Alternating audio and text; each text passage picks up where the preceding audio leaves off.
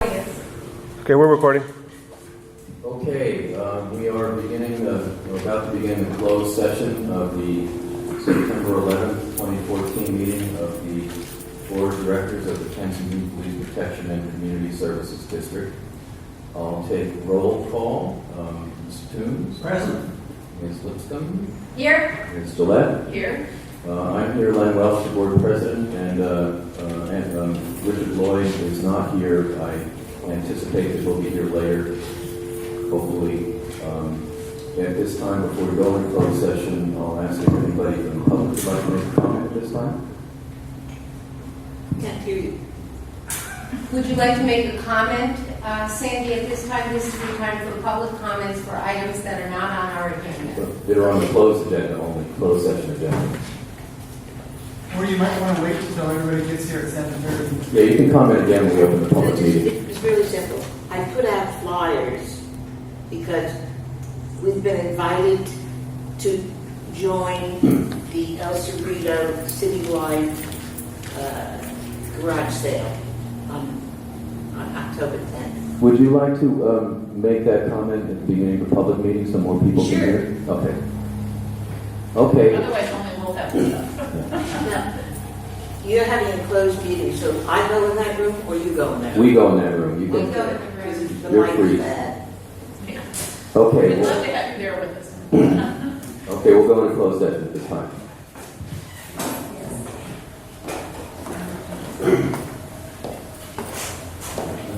Yeah. Sure. Actually.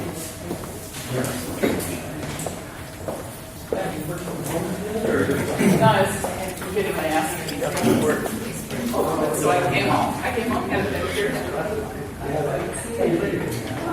Sandy, is your last name Waters or Walters? Waters. Waters.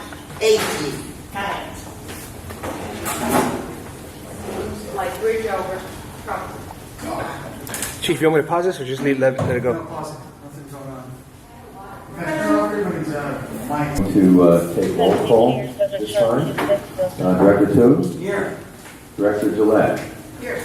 Director Lipscomb. Here. I'm Len Welsh, Board President, and Richard Lloyd is not present tonight. Sorry to say. So I will report out on the closed session. No action was taken on any of the two items. Actually, three items. At this time, I will ask the public if any of you have comments you'd like to make. Yes, sir. Please come to the podium. Thank you very much. It's good to be here tonight. My name is Charles Ramsey. I'm the school board president, and I just wanted to say that school has gotten started. Back to school night as actually tonight. That's where my two kids have attended school. One's in college now, so one's a senior actually in high school. And I thought this had been mailed to all the residents here in Kensington and throughout the district. But I have extra copies for those guys. Just an update on academics and our facilities program in the new school, Fred T. Komatsu, that we just named, and how we honored him and what's been going on. So we wanted to make sure that you all had it. So I'll just leave this on the back. It's not political, it's just status information about what's taking place in the school district. Because we think it's important, one, to be transparent, but also to keep lines of communication open. We want to make sure you have that information. Also want to make sure that the families here know that we've gotten a lot of increased funding for school. Governor Brown has really increased the amount of money our school district gets. And probably over the next 8 to 10 years, you're going to see an increase of 50 to 75 million for the school district. So I think it's an opportunity for all of us to really know that resources are coming to the school. We've kept class sizes down now, 24 to 1 for K to 3. We've been able to reduce class sizes also at the secondary school, keep campuses safe, as well as add a lot of after-school and enrichment programs for music, art, theater, drama, as well as photography and athletics. So all those are now in the district, and we've kind of recovered. As you know, we got out of state control 2 years ago, Tom Prolixon gave us back the district. We no longer have a state trustee, so we're not in receivership anymore. So your board members are the ones who can be responsive to you without oversight of the state trustee. So we're really excited about that.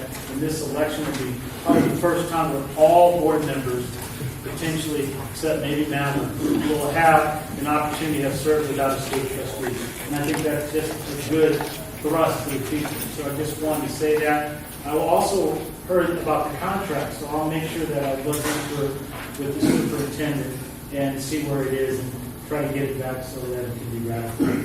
So anyway, I'll leave this in the back, and Charles Ramsey, if anybody, I only have 2 more months on the school board, but if anybody wants to have calls, they can always call me. My number is listed on the website to answer any questions. But things are going incredibly well at the school. They had some of the highest test scores in the state, like over 960 on a 1,000 scale. So everybody's very, very literate and doing well there. I was just going to say, Charles, it's been a pleasure having you as a school board member for the last 20 years. You've done a great job. I think the communities of El Cerrito, Richmond, Kensington, everywhere owe you a debt of gratitude. Thank you very much for your service. Thank you. Good luck in your next endeavor. Thank you for coming out. Thank you for all your hard work.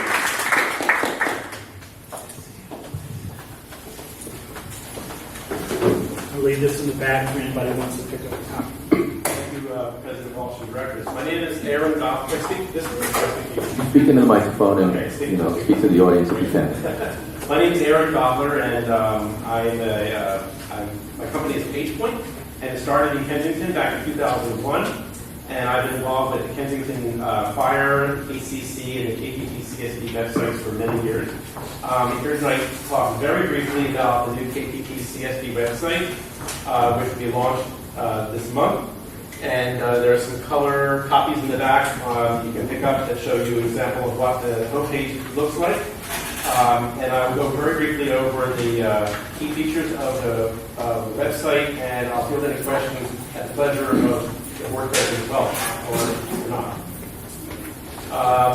The basic, most important objective of the website. Should I start again? Yeah. Okay. The key objective for the website, really, the 2 main key objectives was to be sure that the website was clear and easy to use by all ages, and very importantly for the staff at KPPCSD to make updates to the site. Anybody on the staff, and not just one individual who was, trained specifically for it. And this will allow the site to be updated frequently and have very current information and easy to find. If you have the graphic in front of you, I will go through quickly the key features on the site. We have something which is an alert system at the very top of the page, which will appear on every page if there is some alert that has to be broadcast to the community. So if there's some kind of alert, an example, I have something called shelter in place announced. Going to the KPPCSD website, you'll be able to quickly find that there was an alert posted, and as soon as that alert has to be updated or removed, that can be done very quickly as well by the KPPCSD staff. We have an area on the site called a featured item, which will allow the KPPCSD staff to post ongoing things like renting the KCC building or periodic events like National Night Out. The 5 main functions of the KPPCSD are identified in very large graphics on the website. Very easy to see the areas that the KPPCSD covers and then to navigate into the different sections. We have a latest news feed which will allow KPPCSD staff to quickly put in news items, kind of like a blog. And as soon as they add a new item, it'll appear on this list. We know a lot of people come to the website for contact information. You get email addresses or phone numbers or a vacation form. Those are all on the website in a very clear box that contact information is right there. We have a board corner, which will basically talk in brief about what's happening with the board, the next upcoming meeting, or something that's been posted as a follow-up to a current meeting.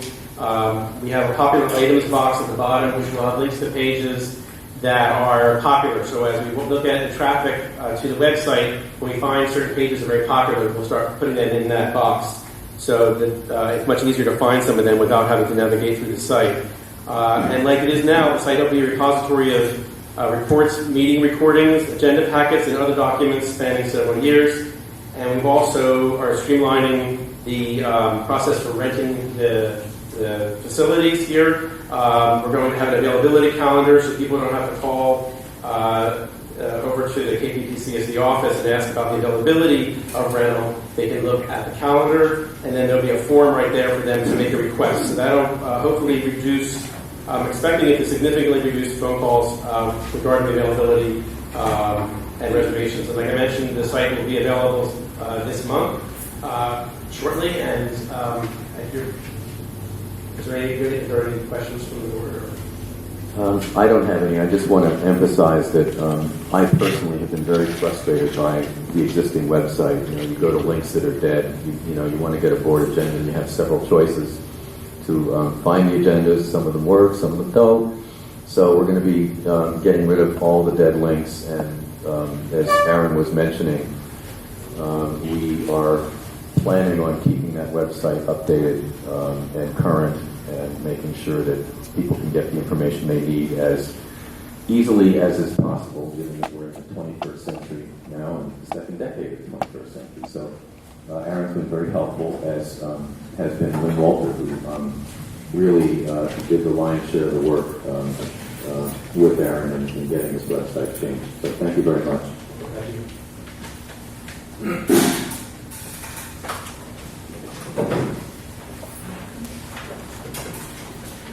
Good evening, my name is Matthew Rinaldi. I'm a plaintiff's personal injury attorney representing a client who, as a pedestrian, was struck by a vehicle here in Kensington. I spent some time investigating the location of the accident, which was southbound Arlington Avenue and Coventry Road. I can say a few things. One, the accident that forms the basis of our litigation had nothing to do with the design defect, and I'm not here about anything related to the litigation. Two, I learned that the design and markings of intersections in the city of Kensington are not the responsibility of Kensington. They are the responsibility of the county of Contra Costa. Three, I learned that you're not being well served by the county. And if I may, I'd like to hand out some photographs of the location.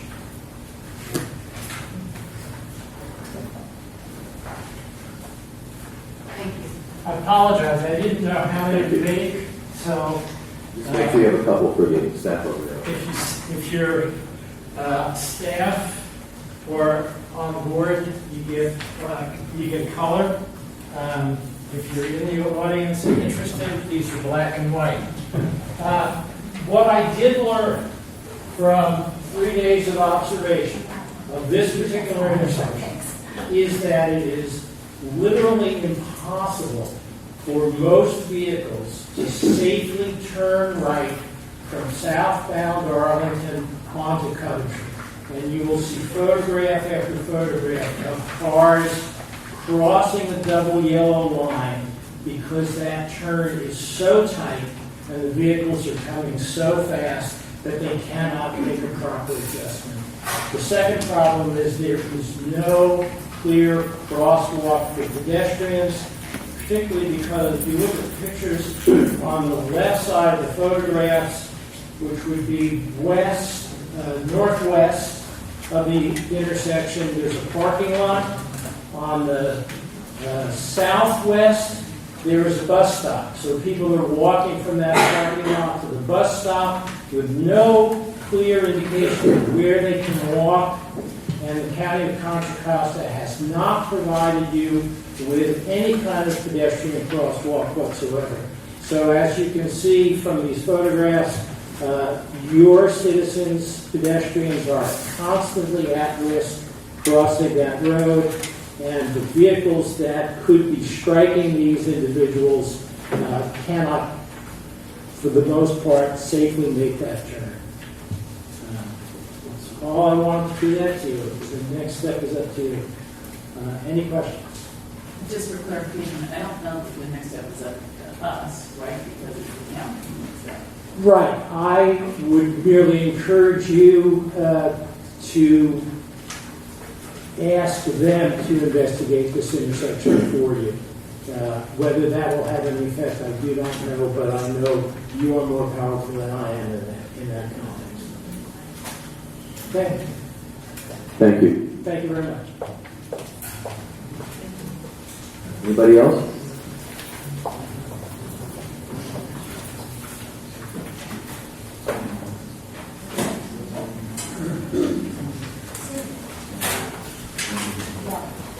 Ms. Waters, did you want to make a comment? You commented before we went into closed session. Did you want to make your comment now? I just quickly, I took the flyers out.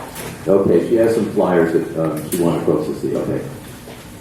Okay, if nobody else wants to comment at this time, then we'll go to board members. Ms. Gillette? I just want to make a remark that today was 9/11, and I just want to show, the significance of the state in our history, and take a moment to reflect on the many people that gave their lives or are still suffering as a result of injuries they sustained in 9/11. It struck me this morning when they ran on MSNBC the tape from that day, how emotional and how draining it was for all of us. So I just want to remind everyone of that. I'm sure people have already thought of it themselves, but to me it's something that is a community should acknowledge and just take a moment for. Thank you. Linda? Chuck? Real quickly here. I get this thing on, sorry. It's nice to see so many candidates, community members here tonight. Thank you all for coming out, and this is what our board does. Welcome aboard. I just want to give a brief shout out again to the folks who've been doing the fuel reduction around the building here. I don't know if you folks have noticed, but the landscape has changed a bit. The foliage has been trimmed pretty artfully, I would say. Thanks in large part to Charlie Danielson, folks have been learning how to remove underbrush and overgrown tree branches and things like that that can be conducive to transmitting a fire. At the same time, you don't have to turn the landscape into something barren. You can find a happy medium between lush vegetation and enough space among the different kinds of vegetation so that you're not going to easily transmit a fire should one come. I never like to miss the opportunity these days to point out that we are historically exceptionally at risk for a wildfire right now, having gone through so far one of the worst droughts in our history. I'm really hoping we get a lot of rain this fall, but we may not. And we're probably going to be at pretty high risk for a wildfire for a couple of years to come. And I'm hoping to see efforts to plan regionally to reduce the risk of that grow, and for our participation to be a big part of that. I also want to say thank you to Katie Gluck, who's been a stalwart. Peter, sitting next to her, also instrumental in keeping this thing going. Ray Barraza has been out there. I don't think he's here tonight, but I want to hi Ray. I wanted to acknowledge his effort. I've been up there a couple times, but I haven't been able to do much because of a bad back. It's my excuse, and I'm sticking to it. But it's very inspiring. It really is. And I just want to say thank you again to the folks who've been out there doing the hard work. With that, I'll have a comment in a few minutes about the Blessing of the Animals event. But for now, I'm going to ask staff. Chief, do you have any comments? Just one, on short notice, we're going to have another Drug Take Back Day. It's going to be Saturday, September 27th. It'll be at the Public Safety Building between the hours of 10 and 2. So if you have additional or medications that you're not using anymore, just stop by the fire station and drop it off, and we'll properly dispose of it for you. And unfortunately, I just learned of it Yesterday, we were a little bit late in getting in on the program, so we didn't have a lot of time to advertise it. So if you could, word of mouth, tell your friends and neighbors that our next drug take-back day will be Saturday, the 27th, between 10 and 2. That's all I have. Can we get a hey looky on our website for that? Yeah, we can do that. Thanks. Lynn? Okay. With that, I'll ask if we have a consent calendar there, a bunch of items. Anybody want to take one off or discuss one before I see if we want to move to adopt it? I have a comment on item I. It's the monthly calendar on page 43, referring to the animal fair, we're calling it. That's the Blessing of the Animals event. There's a poster about back there. The calendar erroneously lists Friday the 26th at 6 p.m. as the beginning of that fair. That's not right, correct, Katie? So put an X through that, please, everybody. The event starts on the 27th, begins at 11 a.m. and lasts till 3 p.m. And I plan to have 5 or 6 little puppies, about 8 weeks old they'll be by then, pit border collie mixes. They're very cute. One might not be there because he's got a little medical problem we're dealing with, but it should be a fun event. If anybody's looking for a little doggy, that's the place to go.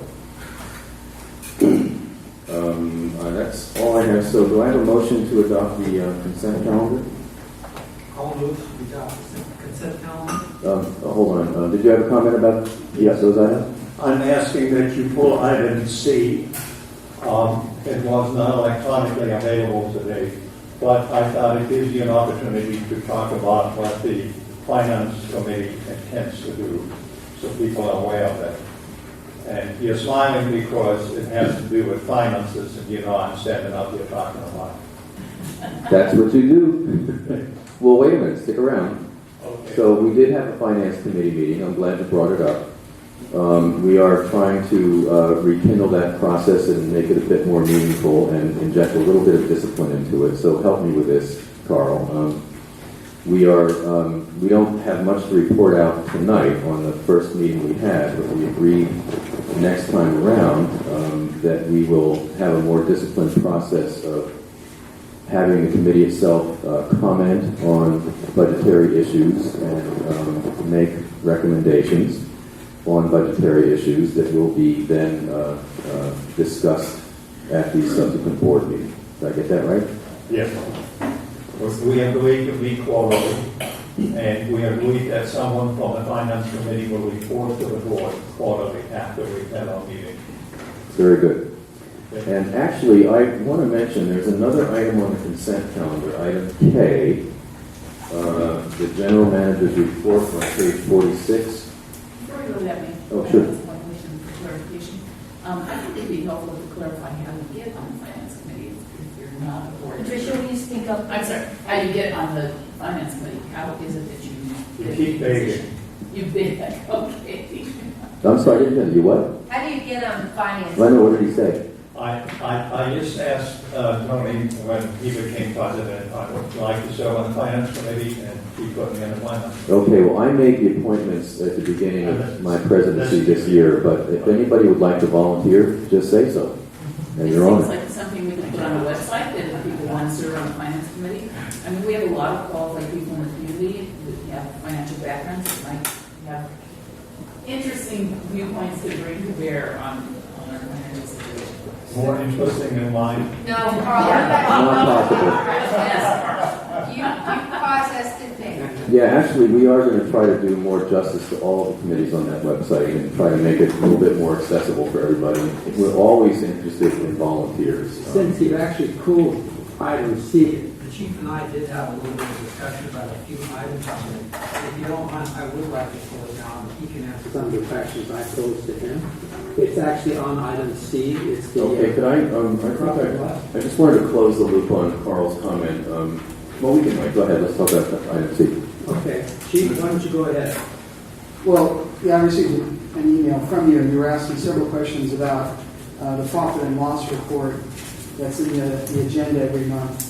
And just to address those, the first one was account 401 shortfall. I think you're making reference to the, one second. The July-August drop was less than the budgeted amount by about $150,000. Did something go wrong with our property Could you tax? speak into the microphone? We can't hear you. No, one of the, You can move forward too, and that would make it easier for So could everybody. you please repeat it so they can hear? Yeah. We're looking at item 401 on the profit and loss statement. There is a entry for what we actually got of about $1.2 million versus budgeted of 1.4. My question to the chief was, why was the actual amount collected less than what was budgeted? and that's, I think, you may have, when I tell you the reason, I think you'll remember us speaking about that before. Every year, what the county does is they give us a credit for what we are expected to collect in property taxes at the first of the fiscal year, July 1st. And that credit this year was the $1.2 million that you see that has been registered July, August 14, even though the budgeted amount is 1.4. And so we're anticipating receiving 1.4, but however, at this point of the year, the county only gives us a credit. And the way the county works it is in August, you get your property tax bills, and people have until December 10th to pay that first installment. And as the money comes in, that credit that we were given, they kind of pay it back. Okay. And then by the end of the year, we hope that we collect our 1.4 plus. So that's why that's, Okay. So that's kind of an artifact of the documentation at this point. yeah, that's all it is. Do you want to go through the list? You want me to do it? Would you go? I've had my Okay. email. All right. But then you asked about account number 404, and 404, for those of you in the audience, is the Measure G amount, and you asked me, what is the Measure G number? Well, the county didn't credit any Measure G money yet. Same type of thing, as the money comes in, they will actually start, sending it to us. However, the budgeted amount for Measure G, if that's what you were asking me, was the $501,000 that appears over the annual budget column at the very end on the chart. And the question I had also was, there's a blank for year-to-date budget, and I was just asking, is there something that belongs there? Not really, because they only make about 3 or 4 drops during the course of the fiscal year. Okay. It's probably more like 3, and then a correction at the end of the year. Your next question to me was account 427, and your question was why the budget overrun? That's not really an overrun. What that was, we actually collected more in August in community center rental fees than what we actually budgeted for. So that's kind of a good news item. Yeah. And the explanation is actually found in the report that's right after this one. When we break down the park and rec expenses and revenue, it'll show what we collected. And basically what that collection for this past month was a couple of good rentals that she actually deposited in August. It actually occurred in July. Plus we rented the facility several times for a couple of weddings, and we took it for the full day. And you can actually see that breakdown in the next report for the park breakdown. We actually show that account broken out. So that's actually a good thing. It's not a shortfall. It was actually more than we projected. The next question you asked me was on 506, why the overtime overrun, and that's addressed in the general manager's report. It's kind of a lengthy report. I think Yeah, that's actually what I wanted to go into also. And Do that now. Is that the last item? Never. No. Let's do that last, okay? Okay, so we'll skip that one. You asked about 521. I think you're asking me what 521T is. Well, not what it is so much as, is there a new actuarial number based on the report, and is that reflected in the budget? We have an actuarial report for this retirement contribution trust, and it's every 2 years, and I just wanted to make sure we had the current number. I think that's what my question was. Right, that's all part of the budget. And so in the actual full the breakdown of the budget, our 14-15 ARC was estimated to be $193,000, and our contribution page, you go to the retired employees, medical expenses, It's $135,000. That difference of $58,000 is what we'll write a check to and send it to CalPERS to get our account. Well, try to get to that liability issue, reduce the liability issue. That's good. The next one you asked me about was 564. Why the overrun? There were some items in 564. The actual number was. That's our communication expense account. There's probably about 13,000 of that needs to, or 12,000 of that actually needs to be credited to the past fiscal year on a late billing. That actual amount runs about $13,000 a month for our communications bill.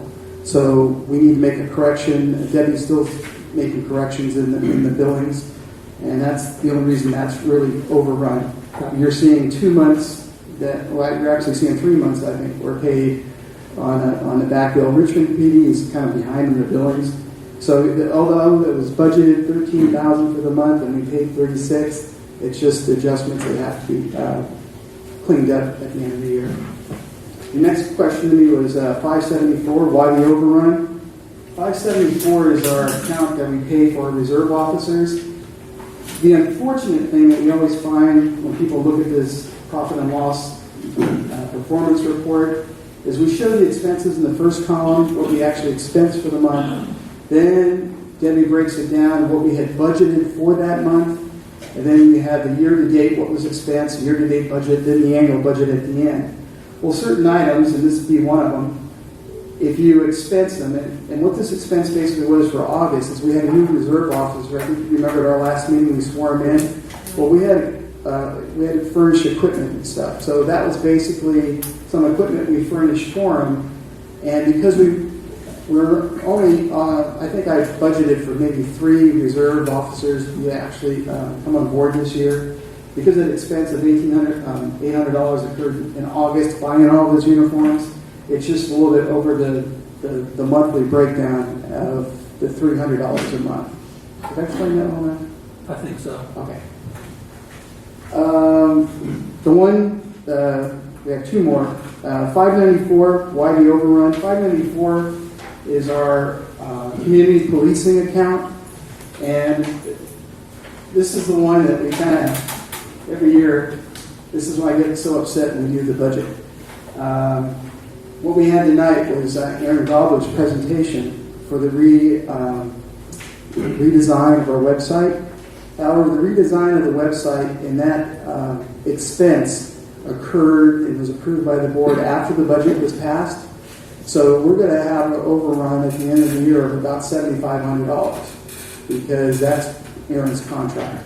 So this is going to be a cost overrun at the end of the year, and that's why I get so... But is it built into the community policing budget? Is that where the website is? That's where the website is, right. However, it was something that wasn't budgeted for. It occurred after the budget passed.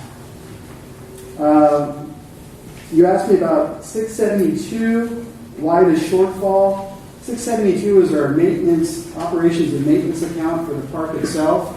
That's actually not a shortfall. It just says that we expense less than we had budgeted for the month. And that's the same type of thing. You have a year budget, and you allow so much expense each month. Sometimes you go over, sometimes you go under. This particular month, we expense less than we just broke it out in a 1/12 type of formula. And going back to the overtime, I could present my memo if you like, or how do you want to do this? I mean, that's up to you. I'd like you to summarize. We went through this in the Finance Committee. Carl had raised the issue at the last meeting. Why was there so much overtime? The chief spent a fair amount of time digging into that, and if you can summarize, I think that would be a good idea, Chief.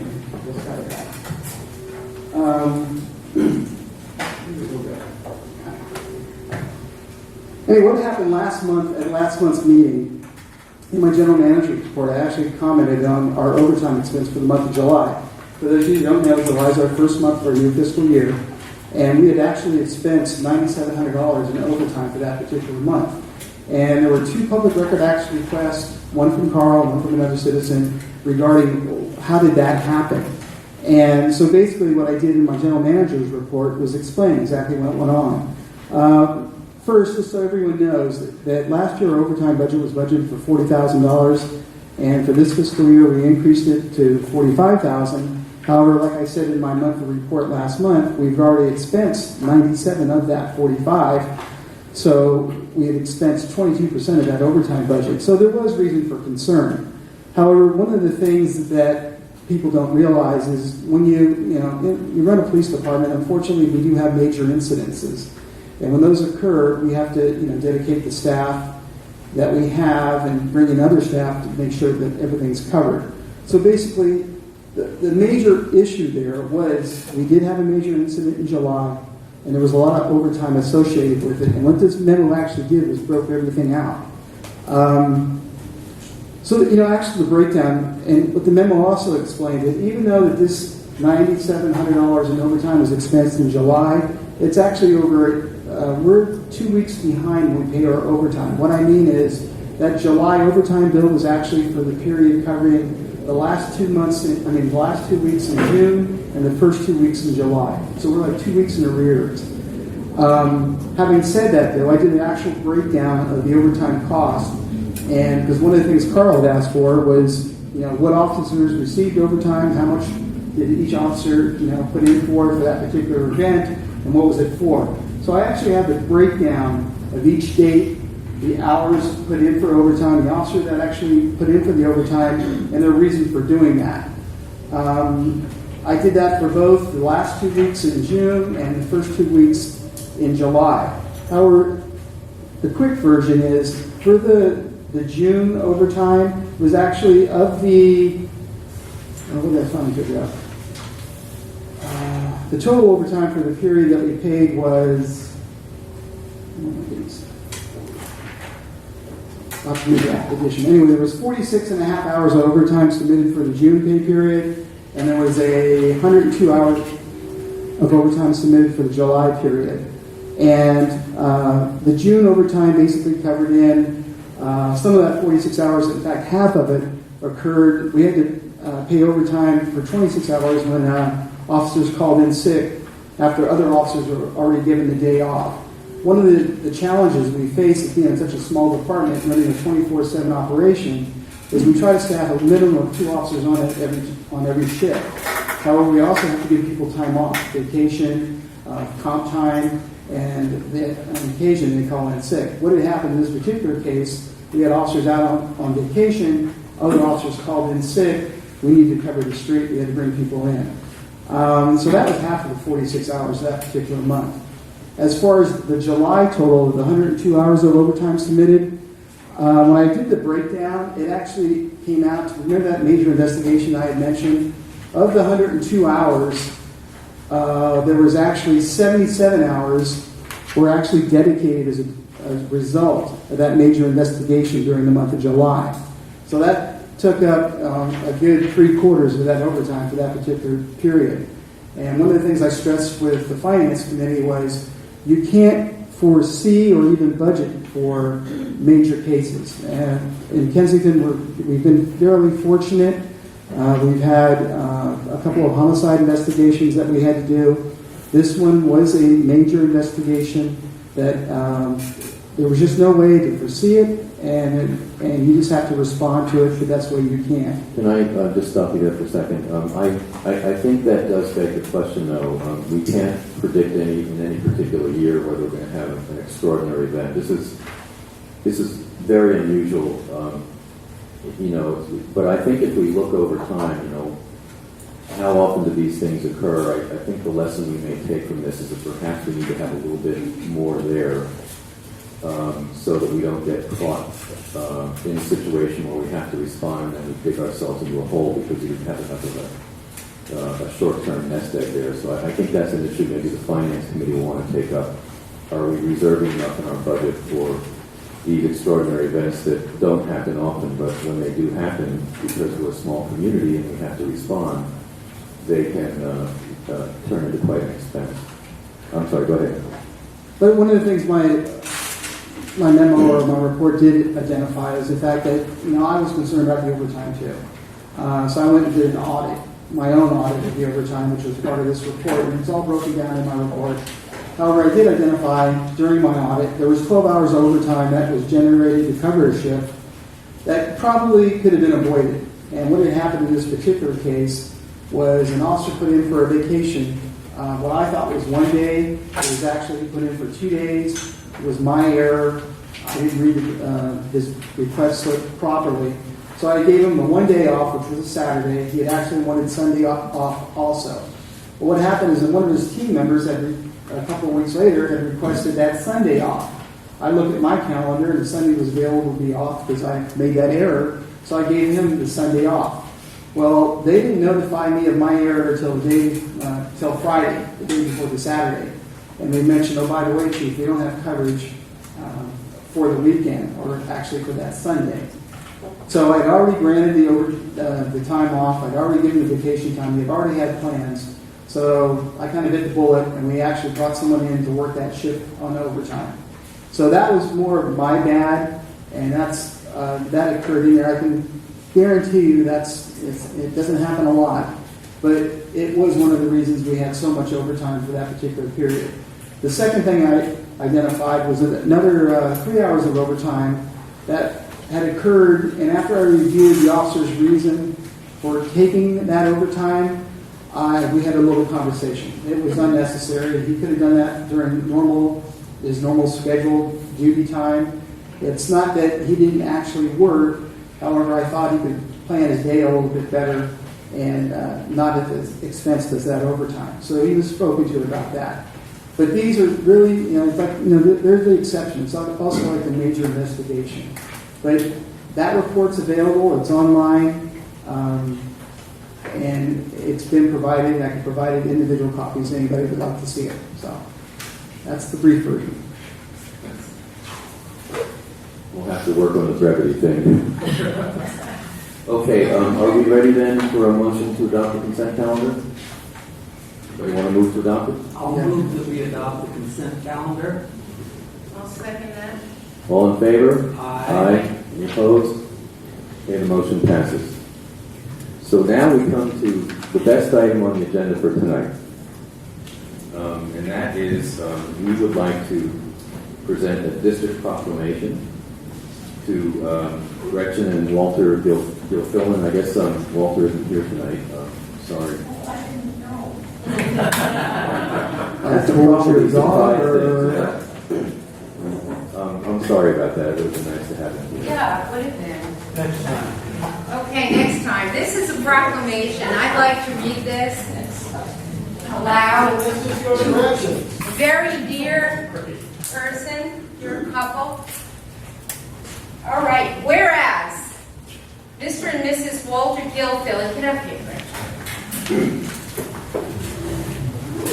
Whereas Mr. and Mrs. Walter Gilfillan have celebrated 60 wonderful years of marriage together, and whereas they will reflect on August 7, 1954 with great joy and fondness, and whereas Gretchen and Walt have been a symbol of love, dedication, and loyalty for all to admire, and whereas Mr. and Mrs. Gilfillan may reflect upon a lifetime of dedication to family and community, including their years of professional service, Walt as an engineer, and Gretchen as a teacher, and whereas Gretchen and Walt Gilfillan have demonstrated their unfailing commitment to the community of Kensington through service with and/or participation in the founding of the Friends of the Kensington Library, the Kensington Hilltop PTA, the Kensington Improvement Club, especially its Path Restoration Committee, and the Kensington Municipal Advisory Council, and whereas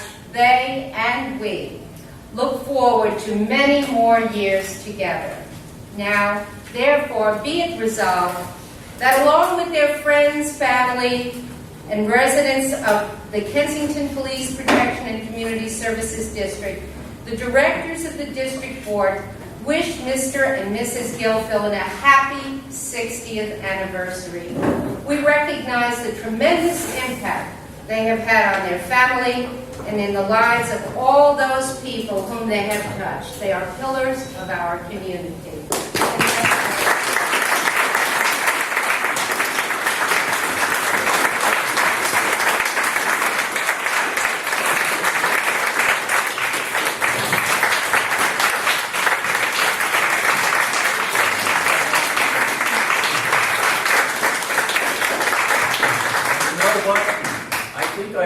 met her at the animal adoption fair last year. And I just thought she was like a really, really nice person. I didn't know what a community icon she is. And she has 2 wonderful tortoises, too. I just wish Walter were here. I didn't know about this. Sorry. Well, it's a good thing you came. Jeez. I've been a very lucky woman. We've had a very rich married life. And we're lucky because we've lived almost all of our married life here in Kensington. And I appreciate this very, very much. And we love you. And please let Walter go. Oh. Thank you.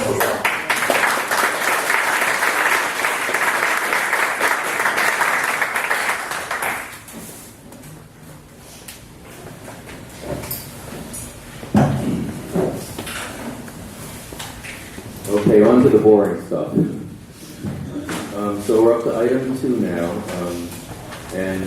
As per our decision last time, we're going to review a portion of the new proposed policy manual, section 1000.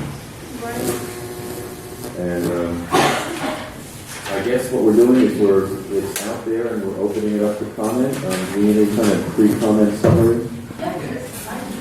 Can I just say that at the last meeting, and now if you do have your packet, go to page 54. This is policy 1000.10. Leonard Schwartzberg suggested that the sentence be changed, that the board manual will serve as a resource for the directors. He suggested that it be given more significance than just an oblique statement that it shall be a reference, and I'm going to propose something that I think would be helpful there. The board manual will serve as a principal resource for directors, staff, etc. And I think that does direct us more to look to the policies and elevate the policies and the conduct of our proceedings here. So I think it was a good suggestion that he made, and I would support its inclusion.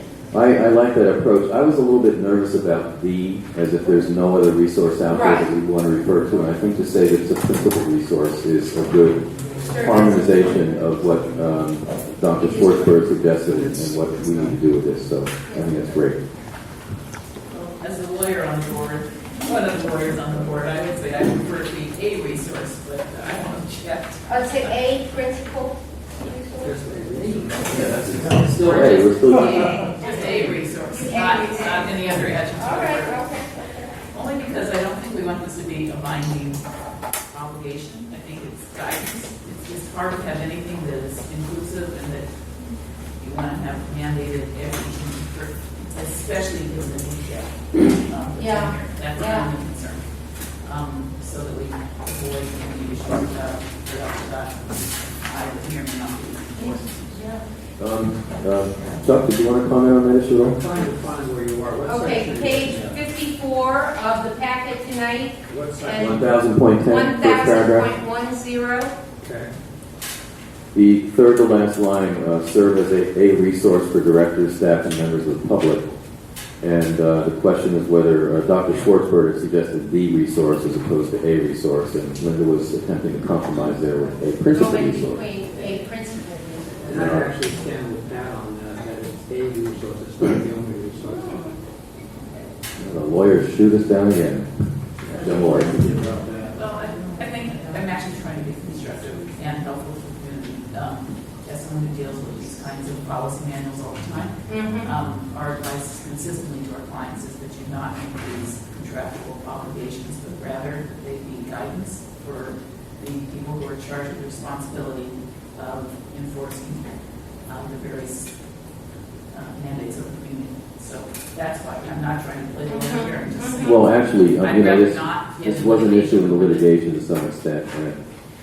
I guess, you know, there is sort of a standard of practice in this kind of stuff, and that is kind of the standard, right? It's not legally binding contractual language. It's guidance or strong guidance, something like that. Well, Well, so you're suggesting that it serve as a resource rather than a principal resource? Because I don't see a principal resource Would as anybody- binding. Well, I don't either, but Well, for example, when we're talking about things relating to the police department later on, it's not the principal resource for that, right? No, it says principal resource. A principal for resource, direct- doesn't a exclude principal others. resource for directors, staff, and members of the public to determine the manner in which matters of the district business are to be conducted. It's very oblique. Non-specific. The problem is you go back and forth on Robert's Rules of Orders being in or being out, and then you have this principal resource, and you're creating these internal ambiguities that just drive me nuts. I went back and forth and I saw different references to Robert's Rules of Orders being part of it, Robert's Rules of Orders not being part of it, and now we have a principal resource, the resource. Well, you could have sent me a memo on it because that's a mistake. The Robert's Rules would have been, should have not have been as a binding. In fact, I'm pretty sure, I don't know which version you read, but I'm pretty sure that was corrected. The Robert's Rules were not binding upon the proceedings, but could be a reference. So here's my feeling. If something doesn't add anything, if principal doesn't add anything to what the obligation is, then I wouldn't put it in. Well, that's a good argument. If it's not going to provide a yardstick, then what is it doing? Right, because then I think we just argue over whether it's principal or not principal. Well, that sways me. That sways me. anybody from the public like to comment on that issue? That's the broken chair with the crack in it. I would like to suggest that the wording be that this shall govern the board. And I know this is a concept that has not been welcomed, and one of the reasons was that it binds the board too much. But I think part of the problem is the public, I see the policies, and I expect that they be followed. And I remember, now I'm blanking on her name,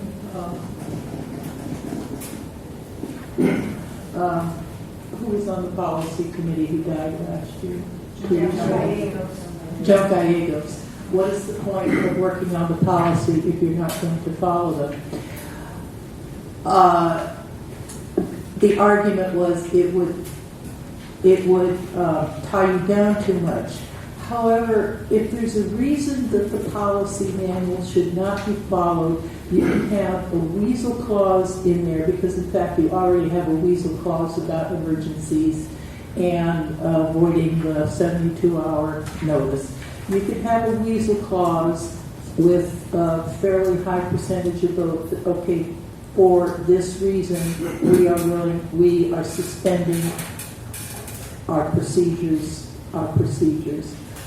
I think as courtesy to the public who reads these things with an expectation that they be followed. I don't know why you have policies and procedures if they aren't going to be followed.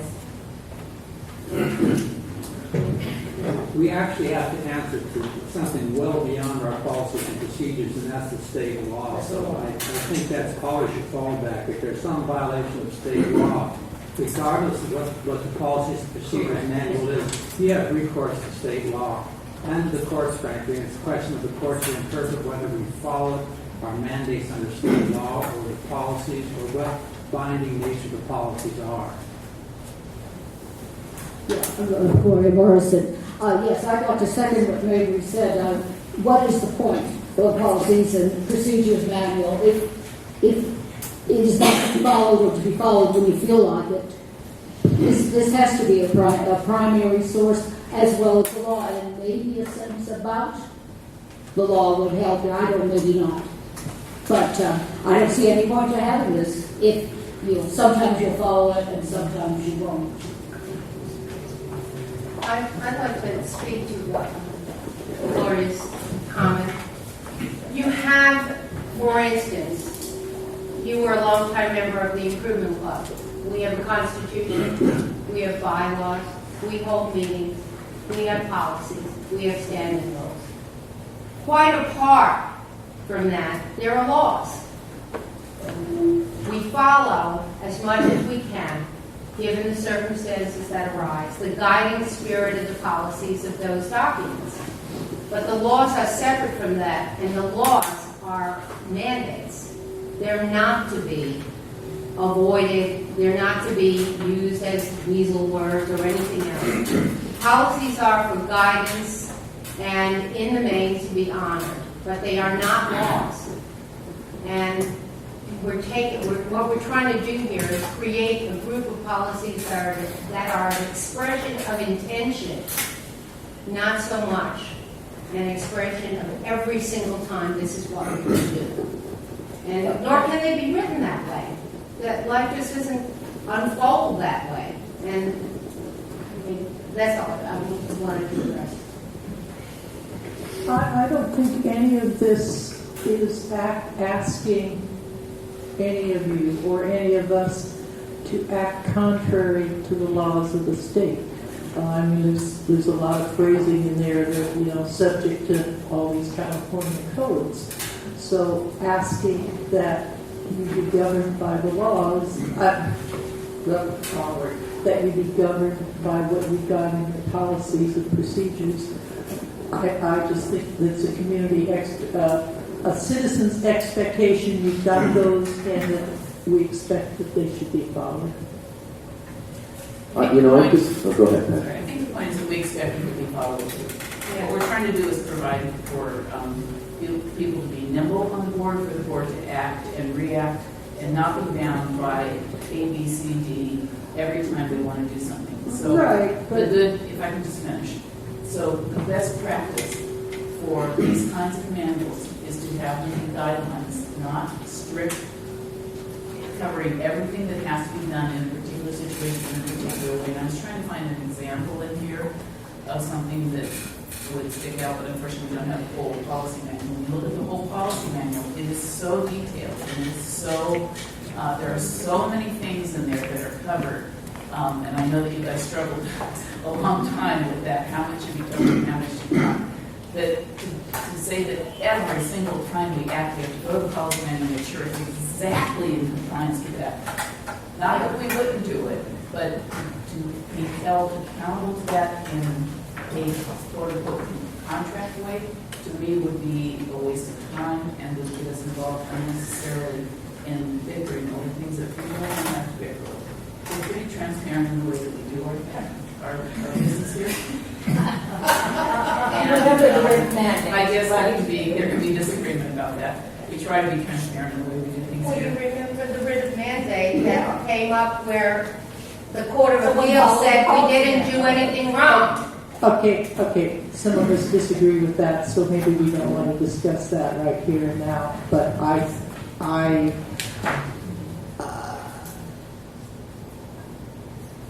don't think that your policies are that complicated. Some of them may be having to do with the employment, but for sure, if they're the employment issues, you are going to carefully read it before you act. But we're talking about more general management of the meetings, and that should be fairly straightforward. I think your argument that you need to be flexible, I've suggested a way to be flexible, and I guess that's not good enough.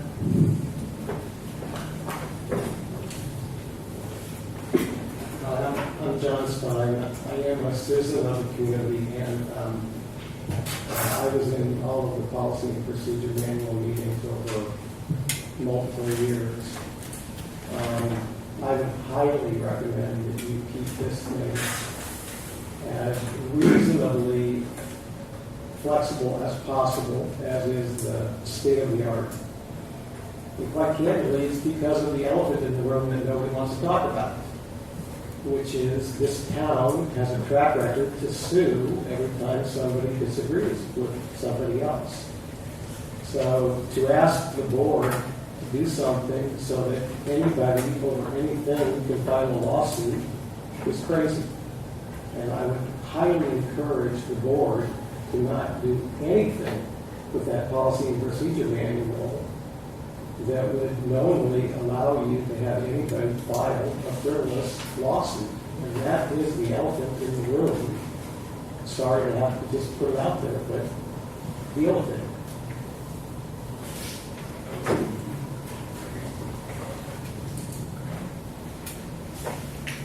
I don't know how one responds to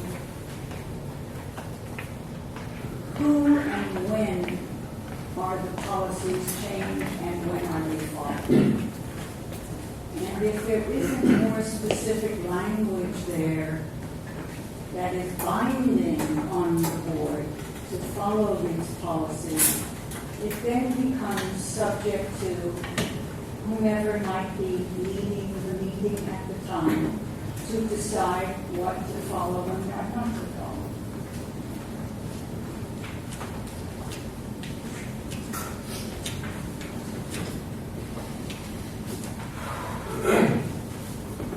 My name is Paul Dora, and it occurs to me that this debate is kind of pointless because this is a legislative body, if I'm not mistaken.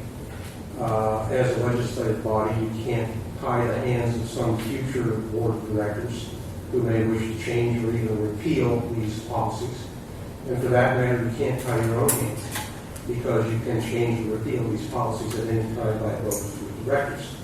So the idea that somehow you're going to pass the whatever the Bible program, the be-all and end-all is going to tie the hands of every director and therefore give somebody disagrees with the way they went about it.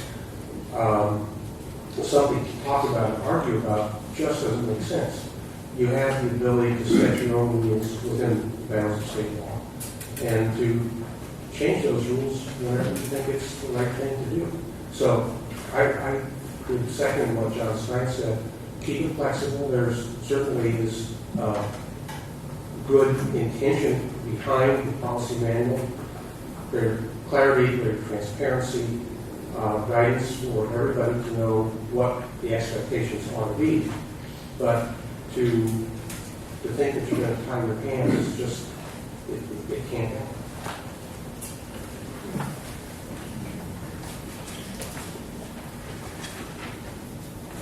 Okay, shall we move on? Pat has some comments, and I know Barbara Gill said some things that would address. I'm looking at section 1030.30, which is the policy about complaints. Okay.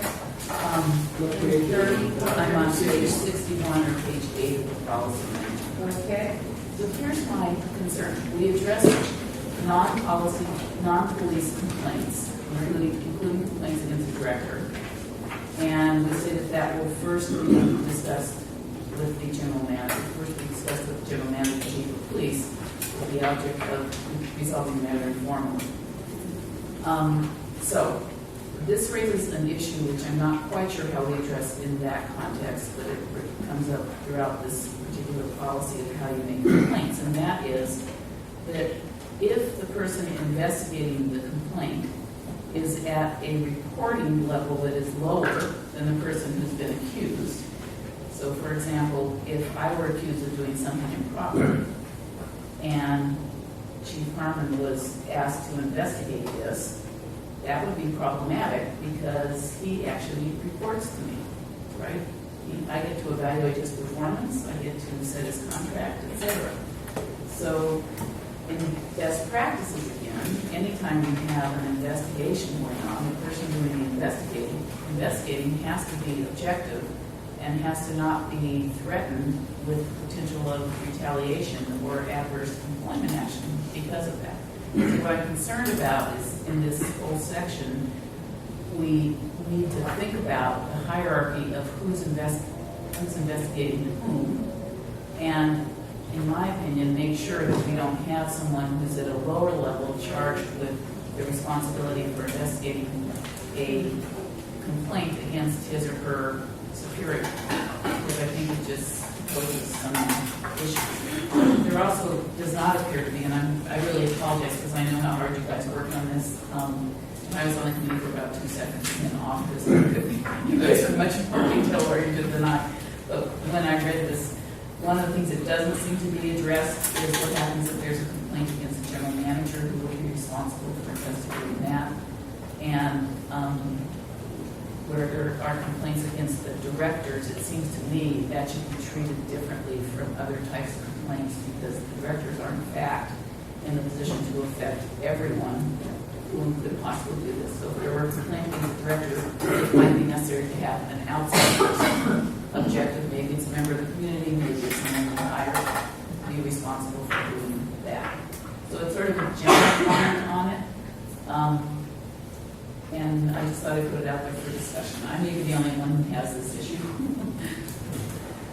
Just, can I add a little bit to that though? Yeah. Under this policy, I mean, the sentence that you're referring to, I don't really think applies, because it says an individual with a complaint shall first discuss the complaint with the general manager, chief of police, with the objective of resolving the matter informally. It doesn't say he's going to do an investigation. It would be an informal, what is your complaint? I perceive it as being, I hear the complaint, I speak with the director in question, see if we can resolve the matter informally. Now, it goes on to state, if we are unable to satisfy the complainant, then they have 10 days to go to the full board, and it's the full board that actually investigates the director. So I don't really see it the same way.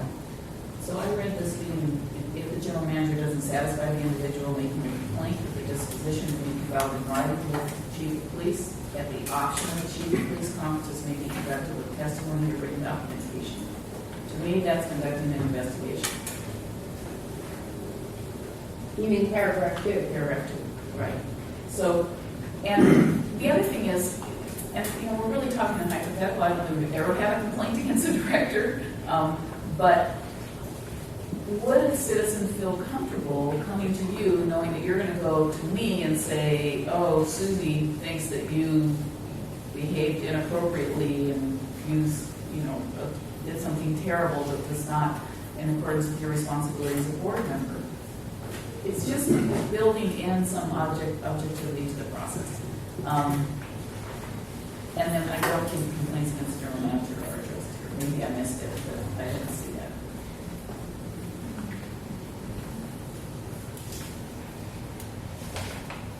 So, for example, 1030.40 says, if board member has a complaint against the police department, the complaining party should be referred to the police department. That's the way, I mean, that's where you file the complaint. I know. So I would fall under that. I mean, this is complaint against That's boards. where you file it. And if you don't get the answer you want, you go to the board after that. But if I have a complaint against the police department, how can I file a complaint with the police department? That just seems. Where do you want to file it, Kat? I file it with the board director. I have a complaint with the police department. If it's not against the chief, I file with the chief. If it's against the chief, I file with the board director. Okay, I just, want to bring us back to reality here a little bit. We are. Because if it's guaranteed that if the national CPI goes up, or if the cost of labor goes up nationally rather than in his industry, or the cost of fuel goes up, he gets the change. And it's weighted, and that's how the formula works. Now, I'm willing to look at something like that. We don't want the guy to, go out of business.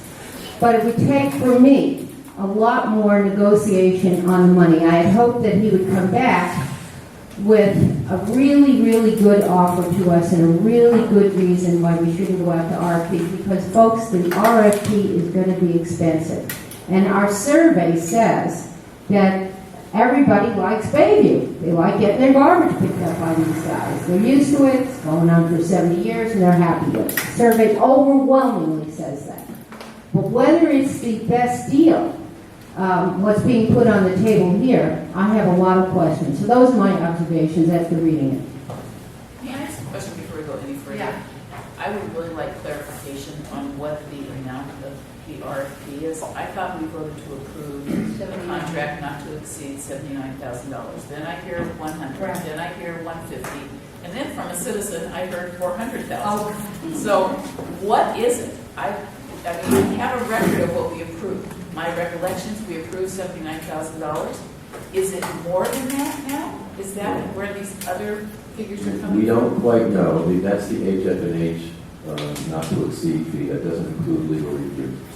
We had budgeted $35,000 for legal review, so between the $35,000 and the RFP, 79, you're at 115 total. And that's what we budgeted. I mean, this is no surprise. Okay, so let's make it clear. The total amount is $115,000, right? That's what we budgeted. That's not necessarily what it'll come to. And is there some indication that it's going to cost more than that? Because to make an informed choice, I need to know what the total cost of the RFP is going to be. So we have someone from HF&H here. The Tell us, is that it? It's a not to exceed, and that includes a good chunk of the legal analysis. We already have a draft contract. Aren't you going to have legal analysis costs either way, whether you do RFP or this, or re-upping with Bayview? Yes, we'll have a lot of the same. So that's the wash, the difference is the $80,000 per dozen. Right. Okay, so I just want to be clear on that because it really is distracting that people talking about different numbers when we're trying to make a decision about how we should spend our money and whether it's worth paying one RFP or not. All right, If the it only- costs $400,000, I'm not doing it. If it costs 80, it's more in the realm of Okay, the only thing I want to say is that we budgeted, that's our estimate, but that could change. And if we get delayed or if some issue comes up that, we need more legal review on or, we need more negotiation on, that throws both HF&H and legal folks into it. So it could be more. The practical reality here is the RFP is for a contract that may last as much as 10 years, can be worth about $15 to $20 million. So at $115,000, that's a tip in the bucket here about what we're looking at spending over the life of the contract. The real question, I think, is what Linda has said is, why should we give up the RFP if we aren't getting a good economic deal? That's the bottom line. Money. And it's a question of the dollars and cents. When I look at this, when we agreed to give Mr. Fugoni a settlement, my understanding was we were going to do it for the year and we'd swallow hard, but we would have a chance to go back to the market and test whether his values were worth it or not. Now, he's not giving us any incentive not to stop that process, because I don't think the money's low enough for us to say this is what we want. And I'm really concerned about the dollars. Linda, every point you made, I totally agree with. But part of it is this is his leading, this is his first out. So tonight, the real issue is, do you guys want us to go back and say, in concept, we'd all like it to continue, the survey says you're a great company in this and that, or can you do the, or should we just proceed to the RFP? That's really what we're here for. We're here to discuss. He's given us this opening shot. Do you want us to go back and negotiate some All more? right, before we get into that, though, could we just get a little bit more information on the rate from Tracy? Come on up, Tracy. It's Tracy Swanberg for HF&H, and she knows her business. Pleasure to be here this evening. I just thought I'd say a little bit about HF&H. We have been in business for 25 years, and we specialize in serving only municipal agencies and handling and helping them with their solid waste and recycling issues. We do some wastewater work as well, but this is what we specialize in. I've been in business for 25 years as well, and work exclusively for municipal agencies. So that's just a bit of background. We have assisted Kensington in the past with some of their rate review work. Rick Simonson has been here before on behalf of my firm to handle this analysis. I've been brought in and will be helping with the RFP process if you go down that road. As part of that, I got engaged in drafting the franchise agreement and sitting in on the meeting. And then I was asked to do some rate benchmarking analysis and pull together a memo on that. So I'll talk for a few minutes about the rate benchmarking analysis that we did.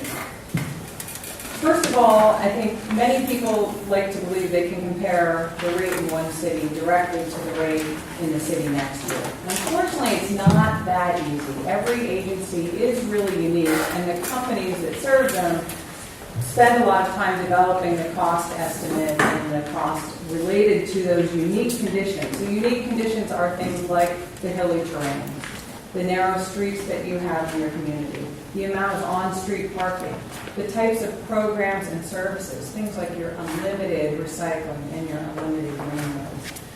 where the facilities are that the garbage goes to, where the recycling facilities are, how far away they are from the agency, and what the cost of those are, as well as things like the wages that the companies pay their workers and the types of equipment that they're using. All of those factors influence the cost and the rates of services in your jurisdiction, as well as in all the jurisdictions here in the Bay Area.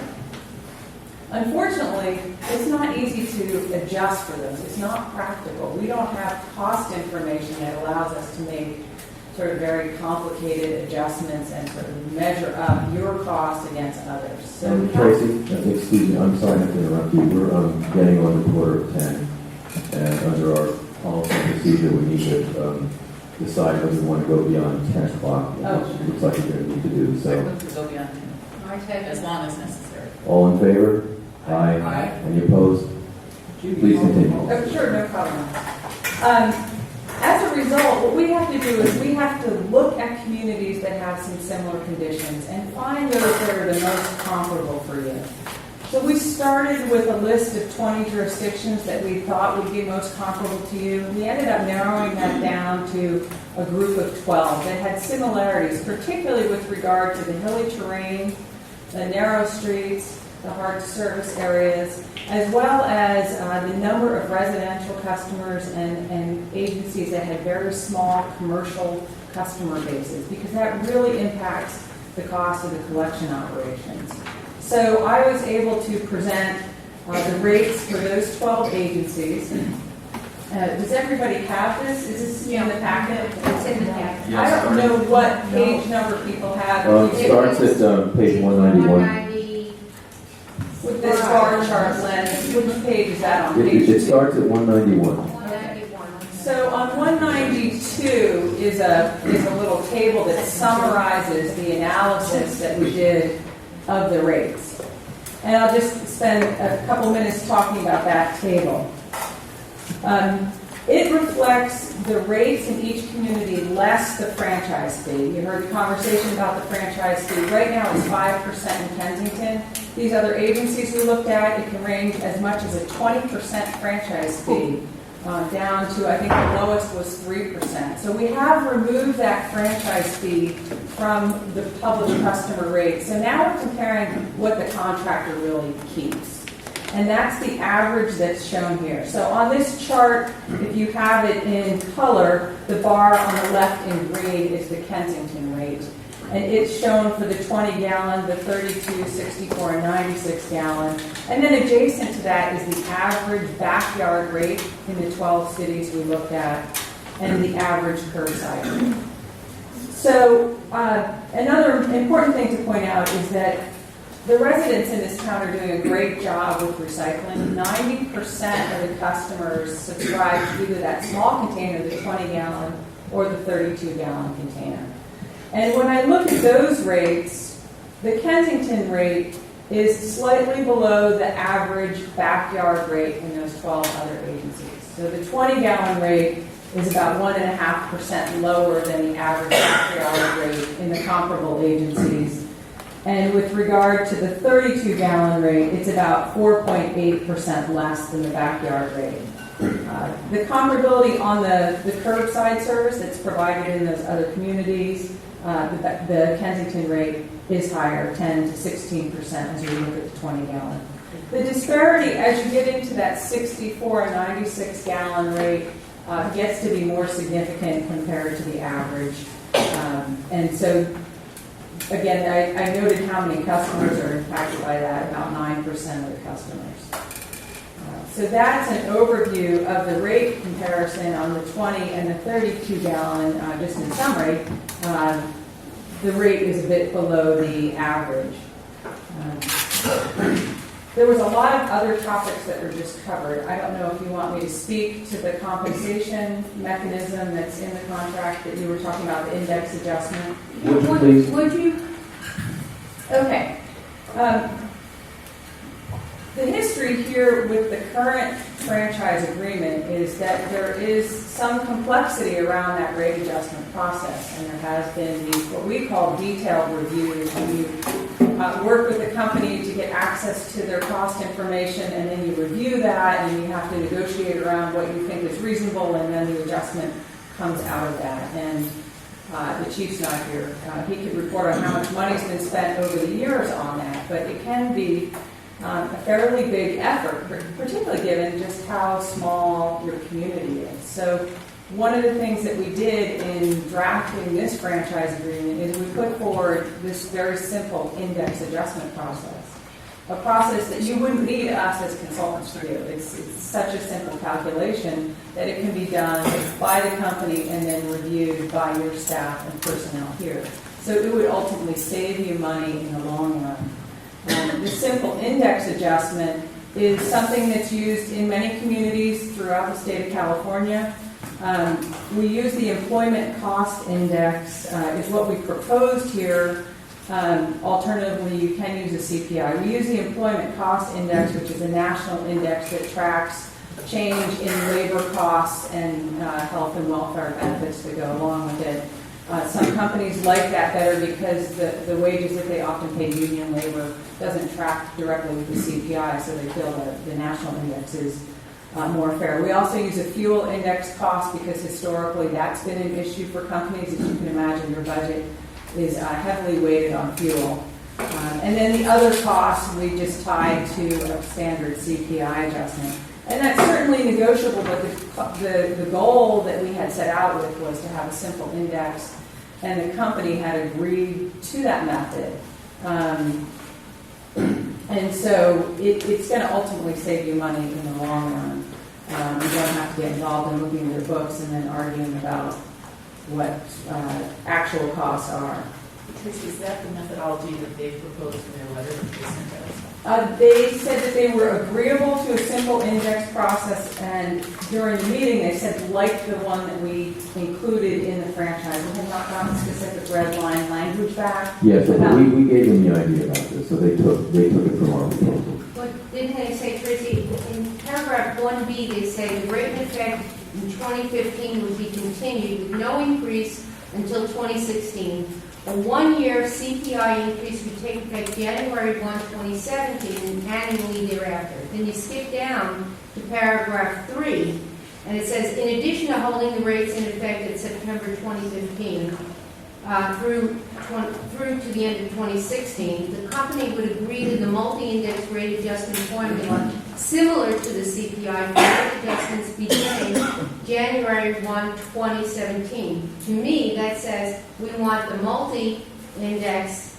increase and we want the CPI. It looks like sloppy draft. I don't think that's what they were saying. Yeah, that's what it says. Yeah, I would tend to err on the side of the sloppy drafting. I know you're meticulous. I like to be very meticulous, but I suspect that when this company put this together, the terminology people use is it's a CPI adjustment or it's an index adjustment. People refer to that kind of very generally when they talk about a simple process. I can't speak for them.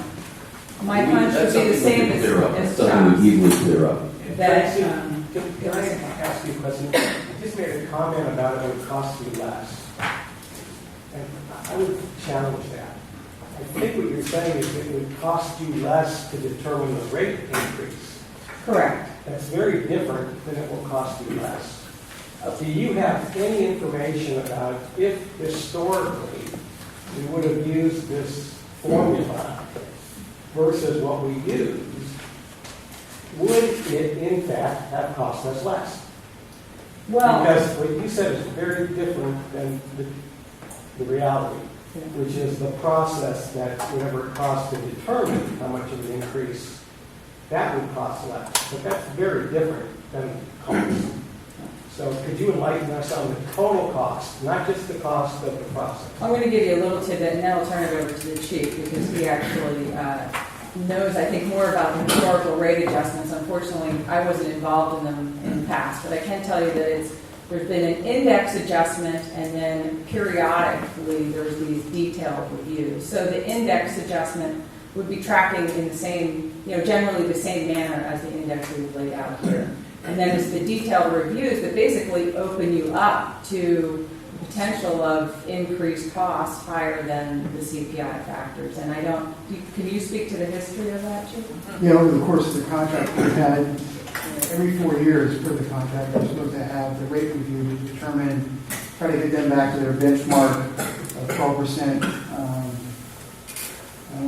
profit, with a 12% margin, recover 12% of their expenses.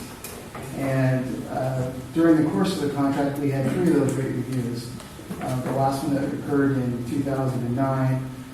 The problem was the way the contract was written. The question came up whether 2013, was there another rate review due? And that's where we ended up in arbitration because the contract didn't say so.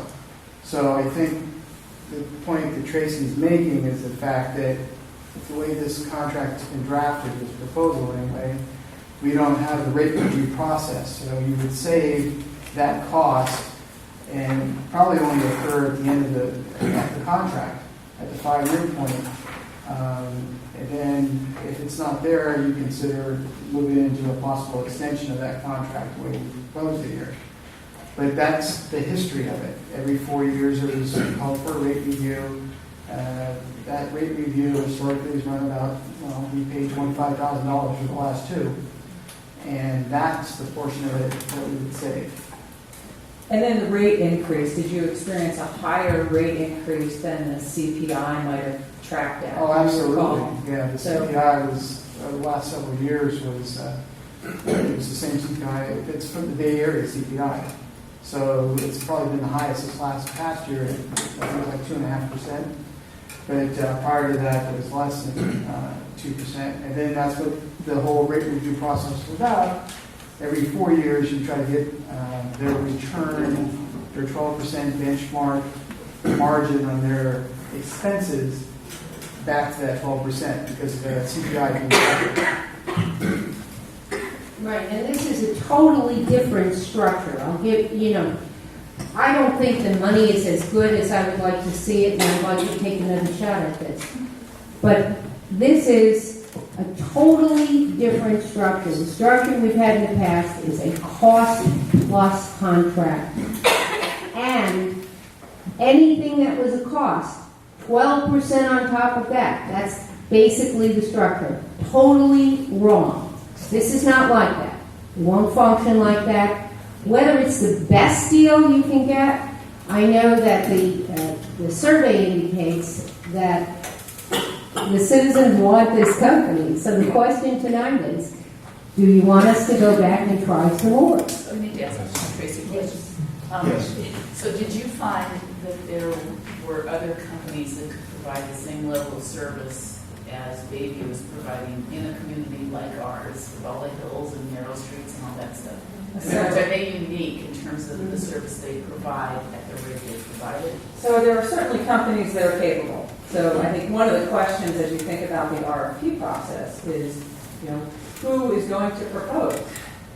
I wish I could tell you exactly who's going to propose. There's Republic Services, which is a very large company here in Contra Costa County. They're a national company, but they have a strong base of operations here. They may be interested. I mean, we have to accept the uniqueness of this community, but it's also makes it an area that is not highly desirable for collection companies to serve. They like to get into a suburban neighborhood where the streets are wide and they can go by really quickly, right?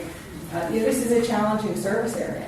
So they're not all dying to come in and serve you. It's worth about $1 million a year.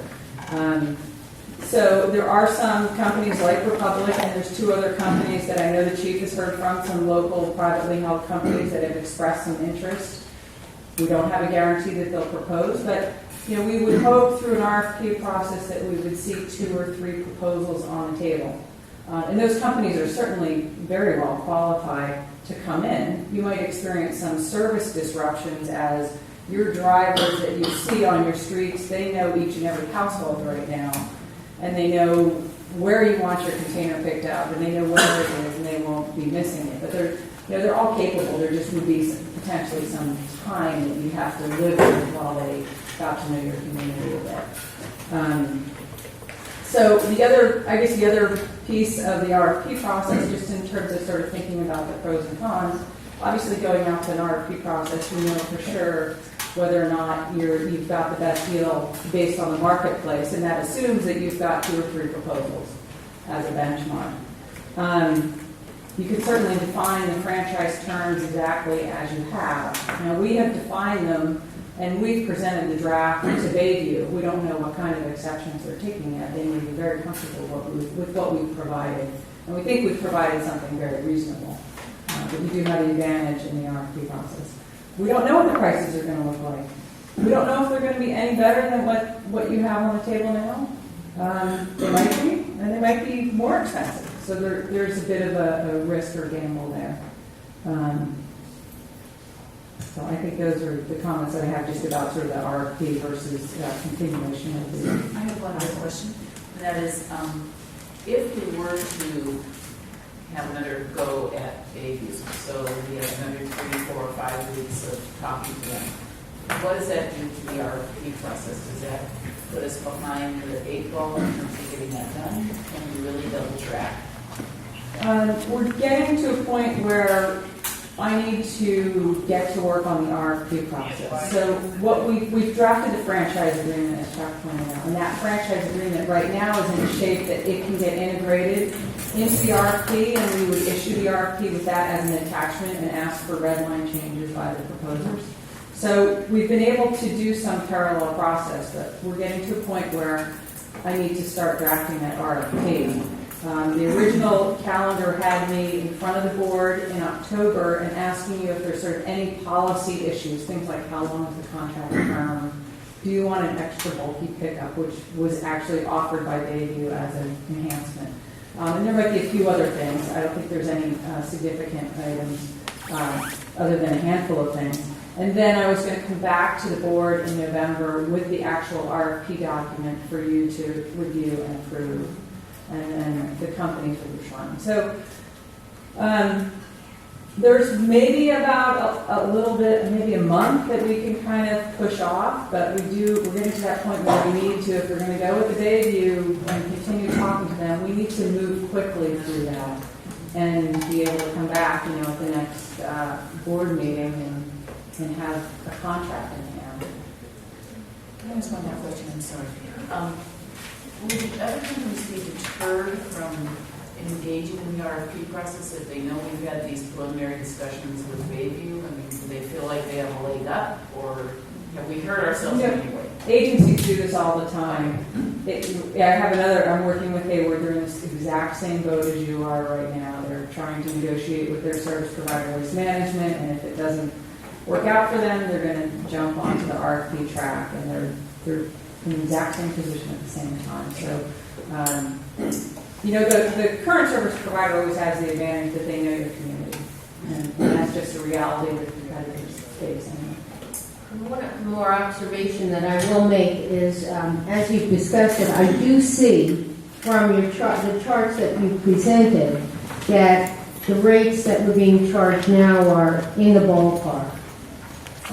So there's some assurance there that even though I'd like to see it go down because there's, to me, a lot of fat in there with 12% return, they are nevertheless within the ballpark. So that weighs in for me as well. On the other side. I have a couple of questions. One, on the franchise fee issue, how many of those entities use their counties for purposes of reporting? Which ones report themselves?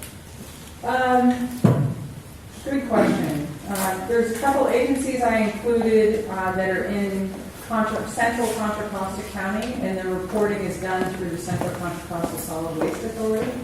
And so they're contributing fees to that agency for that purpose. And what are their fees generally? That's one of those things I should know off the top of my head. I think they're paying a couple percent of the management. That's an important question you asked, and we're going to need to know the answer to that, no matter what we do. Yeah, I think the important thing that's been brought up by Glenn is that there is this question about the county and the service that they're providing you. That's going to be a reality whether or not you're talking to Bayview or you go out to an RFP process. You have to resolve that And if cost I could question. expand that a little bit, really the question is if we wanted to consider taking care of that requirement through an entity other than the county, what would our options be? I mean, maybe we get the county into some sort of competitive bidding process, you know? Well, we generally will, as far as the franchise fee. Your franchise fee, oh yes, 5% is what you're paying in total. The average is 10, and there are many here in the Bay Area that are in the 20s and even some. So everything that are has to higher. be equal, we should be seeking a higher franchise fee. Regardless. Well, it will drive your rates up.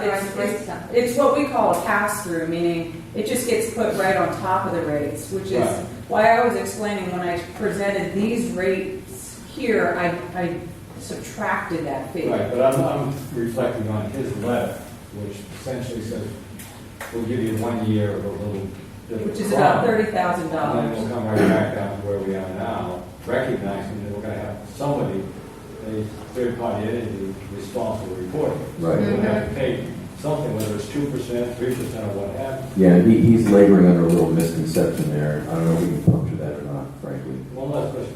Is 12% profit a reasonable profit for the companies that you looked at? I mean, Republic obviously is a big one, Waste Management is a big one.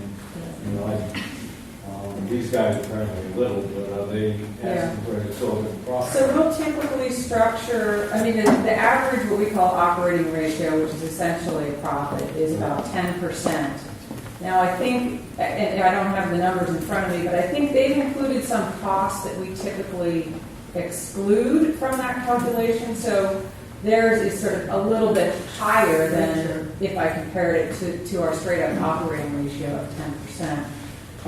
So they're a little bit higher. Again, that's an average, although I rarely see them much less than that, honestly, but certainly a little bit high. So I would comment the one thing about the rate benchmarks, and they have agreed to hold their rates steady. So as they hold their rates steady for that extra year, all those other rates in the average are going to push that average up a little bit. So you're getting a little bit something there in terms of that benchmark. Simon? Yeah, just so I fully understand, this issue of the 8% franchise fee for a year, who's paying that extra 3% out of whose pocket? Well, actually, that's coming out of their pocket. They're holding the rate. 3% of it's coming out. Wait a minute, let me finish, please, okay? Then you can speak. They're holding their rate steady, but they're raising the franchise fee. So it looks to me like that's coming out of their pocket for 1 year. Now, 3% is, but not the 8%. no, the 3%. Yes, the 3% extra extra. Okay, Which that's is about that 30, was my- would that be was about my question. $30,000. Where that 3%, who is paying that? Yeah, it's a little sweetener they've added. There's another little sweetener I should also mention that is not in their proposal, but I've been told by Greg Christie called me up to tell me this. There's an extra fee that's paid to the county for hazardous waste disposal. That's coming to roughly $2,200-$2,300 a quarter. They pay that, and they say they're going to continue paying that. About $2,200-$2,300 a quarter. Hazardous waste. Where does the hazardous waste? It's based on the volume that the county processes the hazardous waste, and the charge to them is based on the volume of hazardous waste they deliver to the county from our jurisdiction. And so they get billed for that, and they pay it. They don't charge it back to There's us. separation.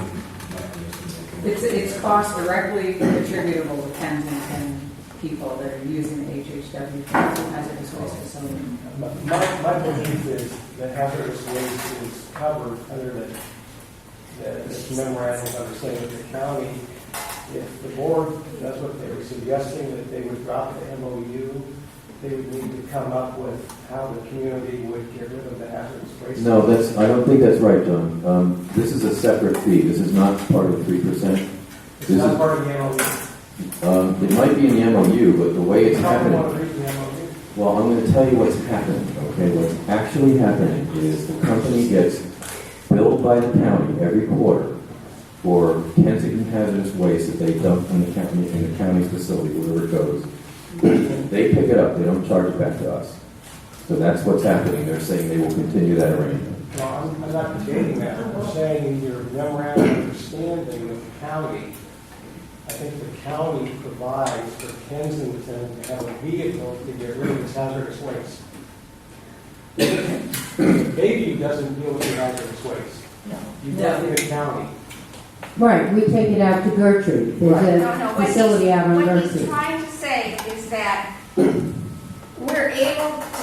Kensington residents are able to get rid of their household hazardous waste down there at the Richmond drop-off by virtue of the fact that in the MOU there are provisions whereby the county, which is a member of the JPA, which manages that center, by virtue of our relationship with the county through the MOU, and I may be totally incorrect because this MOU is some of the most baffling language I've ever read.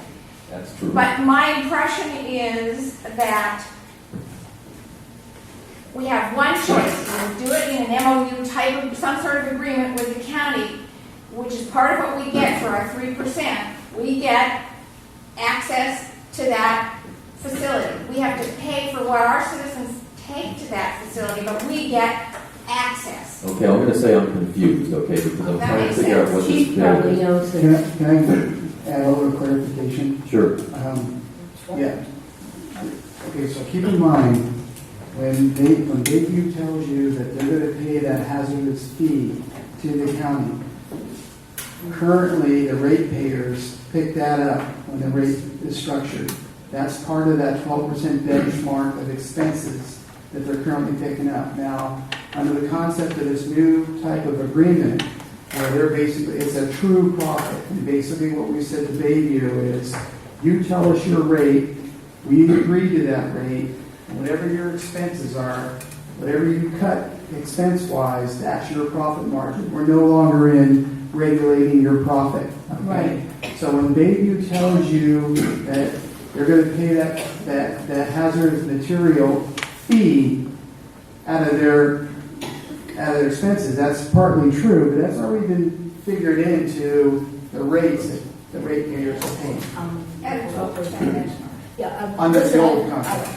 I've taken things out to Richmond any number of times, and let me tell you, they want to know where you're from. They want to know how many families have participated in this carload of things. No, this is in some way being charged back to Kensington. Well, this is very I'm critical convinced of it, that isn't the it? board understand how would the community get rid of the hazardous waste. We have to go and get some, no matter, as I understand it, no matter who we go with, at the end of the year, the extra year, this is my understanding, of the agreement with the county. So we have one extra year past the expiration of the agreement with Bayview. For the agreement with the county, we have to have another agreement with the county. And it looks Now- like it's both hazardous waste and reporting. It looks like there's- So if we are going to do another agreement with the county, what I'm saying is, I would like to see Bayview at least contribute to that agreement, at least up to a certain percentage. That would be how I would go back. Carl? And then I seem to be the only one who thinks that the process is not as complicated as we are making it.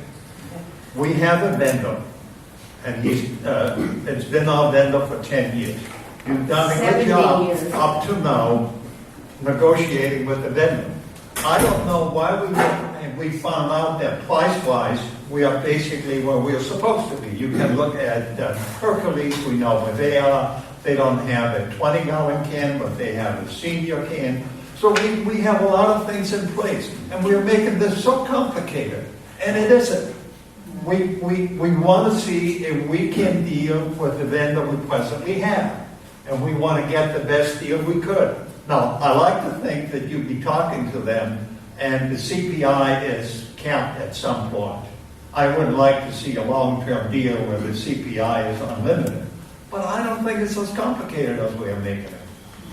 You told us that all people like all pleasant vendors. Is that what you said, Linda? That's right. So Overwhelmingly. why wouldn't you want to deal with that vendor at this point if you can get a decent price and a fairly uncomplicated contract? We do want a decent price. That's what I'm saying. My observation is that the offer is not just my observation. The offer made is a good offer, but it's not a great offer. And so the issue here is, do we want to go back before we go to the RFP? You asked that question a while ago, and there were two people here who said yes right away. Didn't we? Seven, 1.5. Okay, do you have a comment? Yeah, I love the idea of shifting the risk of the MOU over to the carrier. So I was going to ask, what other agencies, are they able to shift that risk over? And if so, and then also if you could give us an input on how has the county been negotiating MOUs with other agencies and how has that wound up? Are they really pushing for much higher shares?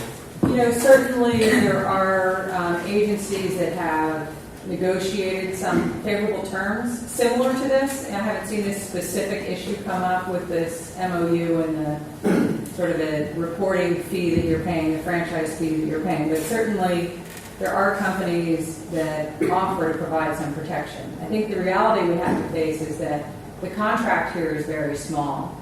And so their profit is relatively small. So there's not a lot of capacity to put a lot of burden on them or a lot of risks on them. And if we do start adding the risks on, I think where we'll end up is that they'll want to do these detailed reviews. So you're sort of in this, I think you're in a position where you need to decide how you want to share risk with the company.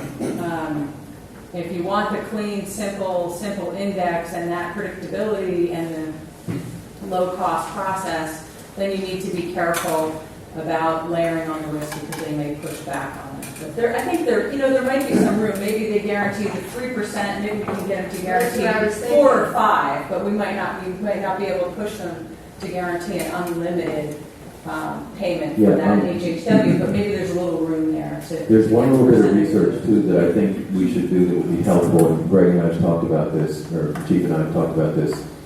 There are 2 jurisdictions that were involved in the same litigation we were with the county back in the 90s when we settled and agreed to this 3%, giving our ceding the 3% to the county. 2 other jurisdictions stayed in the litigation and won. And so I think it would do us good to find out what those jurisdictions are doing in terms of dealing with their hazardous waste and reporting. Do they contract with the county to do that, or do they take care of it some other way? And what fees are they paying? So we really need to nail that soon, so we have some idea of market-wise what we might expect to happen as we do attempt to renegotiate with the county a year from when the contract expires. I just have 2 comments. I'm very much taken with Linda's comments about the fact that the existing contract is as she said, cost plus a 12% profit.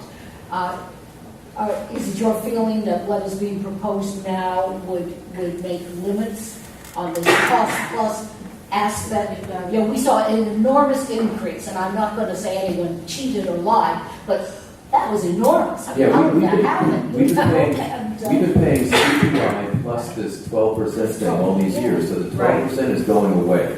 Well, that now it's a CPI increase. Everyone is happy that what we're looking at here. Yeah, in this case, you would simply set the rate at the start of the contract, and then you apply these CPI adjustments, and they don't have the opportunity to come in and ask for any change in cost unless there's a change in law, which is reasonable and common in all contracts. Or you ask for a change in scope. You say you want something different, you want more collection services. They can come in and ask you for that. And then there are cases where various regulatory agencies put surcharges on the fees that are paid at the landfill or at the processing facility. And so if, say, the county came up with a new fee and they started charging another $5 a ton for every ton that goes to landfill, they could come in and ask for that. So there's 3 openers that we've structured. We haven't gotten feedback on the contract, but that's sort of. Okay, it's my understanding that the state of California is going to require a 75% recycling, what am I saying, a reduction in landfill in 5 or 6 years. Is that going to have any effect on what you're looking at? For We're any doing of that, Gloria. What? Chief, aren't we doing really well on our? Well, it's over You probably know that. 55 or something. The 8939 report, it's actually, that's what the county is reporting to the state. Right. Our I state. think we're almost at 66, 68% right now. So making 75, I'm just saying, with the push that this will require from this community, is So that this- going to have an effect on anything? Yeah, that the we state hear? is looking at reaching a 75% recycling goal statewide. And they are hopefully the governor's going to sign some new legislation in the next few days that focuses specifically on recycling of yard waste and food waste for businesses and multifamily. And the way it's structured is none of your businesses would be required to comply until this contract comes to expiration or the point where you have to decide to extend. So there will be some things ramping up, but because your businesses are so small, they're not going to be on board early on in complying with the requirements. First you and then back, okay? What's the traditional term for the MOU in terms of time? And is it possible to get the MOU in sync with the contract? And would that be advantageous? That's a good question. I think this, the current situation we have is unusual with the two being out of sync, and I think that's an excellent point. That whatever arrangement we make should be such that, when the next contract expires, it's all coming together in one package. I have a question related to that for Tracy. They proposed a 5-year term, and I think you said you guys were looking at a 10-year term. So what's the benefit? So if you were to go out to an RFP process, we'd probably be looking at a 7 to 10-year term as a standard because the life of the equipment, a truck, typically about 10 years. So that's commonly the term of the contract. What they're proposing is they have existing vehicles on the street, and so they're able to stretch the life of those or pull in some others from some of their operations to get through the 5-year window and maybe even into the extension. But that's part of the reason why the window is a little bit shorter, as well as the CPI adjustment. Because we're using that index adjustment, we're not planning on the detailed review. The 5-year window doesn't lock them in too long to taking on the risk related to increased costs. Can I add a little bit to that? One of the things that we brought up during our negotiations with Bayview was this concept of the draft contract that we presented to them. It's a completely different way. It's a 180-degree difference than what we've been dealing with the past 17, 18 years with them. And one of the things we're talking about now, I don't think people realize this, but in our contract with Bayview now, we require Bayview to have a dedicated truck to Kensington. And when people bring up the fact that, they have to have a certain amount of years because they have to replace that truck, Bayview has 15 trucks. So one of the things that we talked about at our meetings was, you have 15 trucks. I really don't particularly care what truck you bring over to Kensington. If it keeps your costs down, therefore it's a good thing for us. So that was taken out of the agreement. Another thing that we took out was the reporting requirements, or financial reports. Currently, we get 3 financial reports a year from them. That's expensive. I said, I really don't need 3 financial reports. I need 1 a year. So that saved them money. And it's a comment that Linda made, and they came back and they actually didn't cut their rates to us.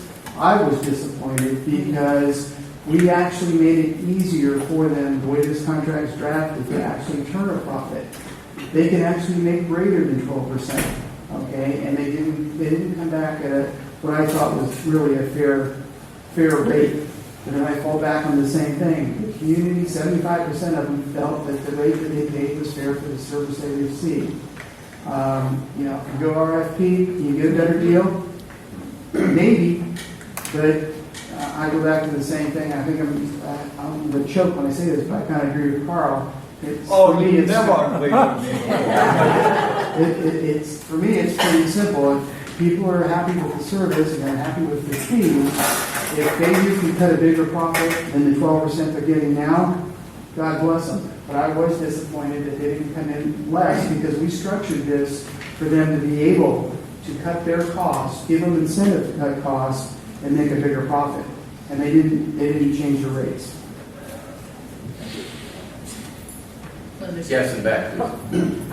Tracy, my understanding that what you're saying then is when they go back to renegotiate the contract, you're going to ask for the employment cost index rather than the CPI. Yeah, we've actually given them a draft document that includes the employment cost index. We just haven't gotten their feedback. I think conceptually they agreed to the index process, but we haven't gotten specific changes, and they might ask for something different. Okay, and then if there was a movement to, for those folks who are paying the 9% with the larger can size, if we could inform people and let people know that those costs actually have greater disparity among other municipalities, is there any detriment to our contract? Is there any possible pushback?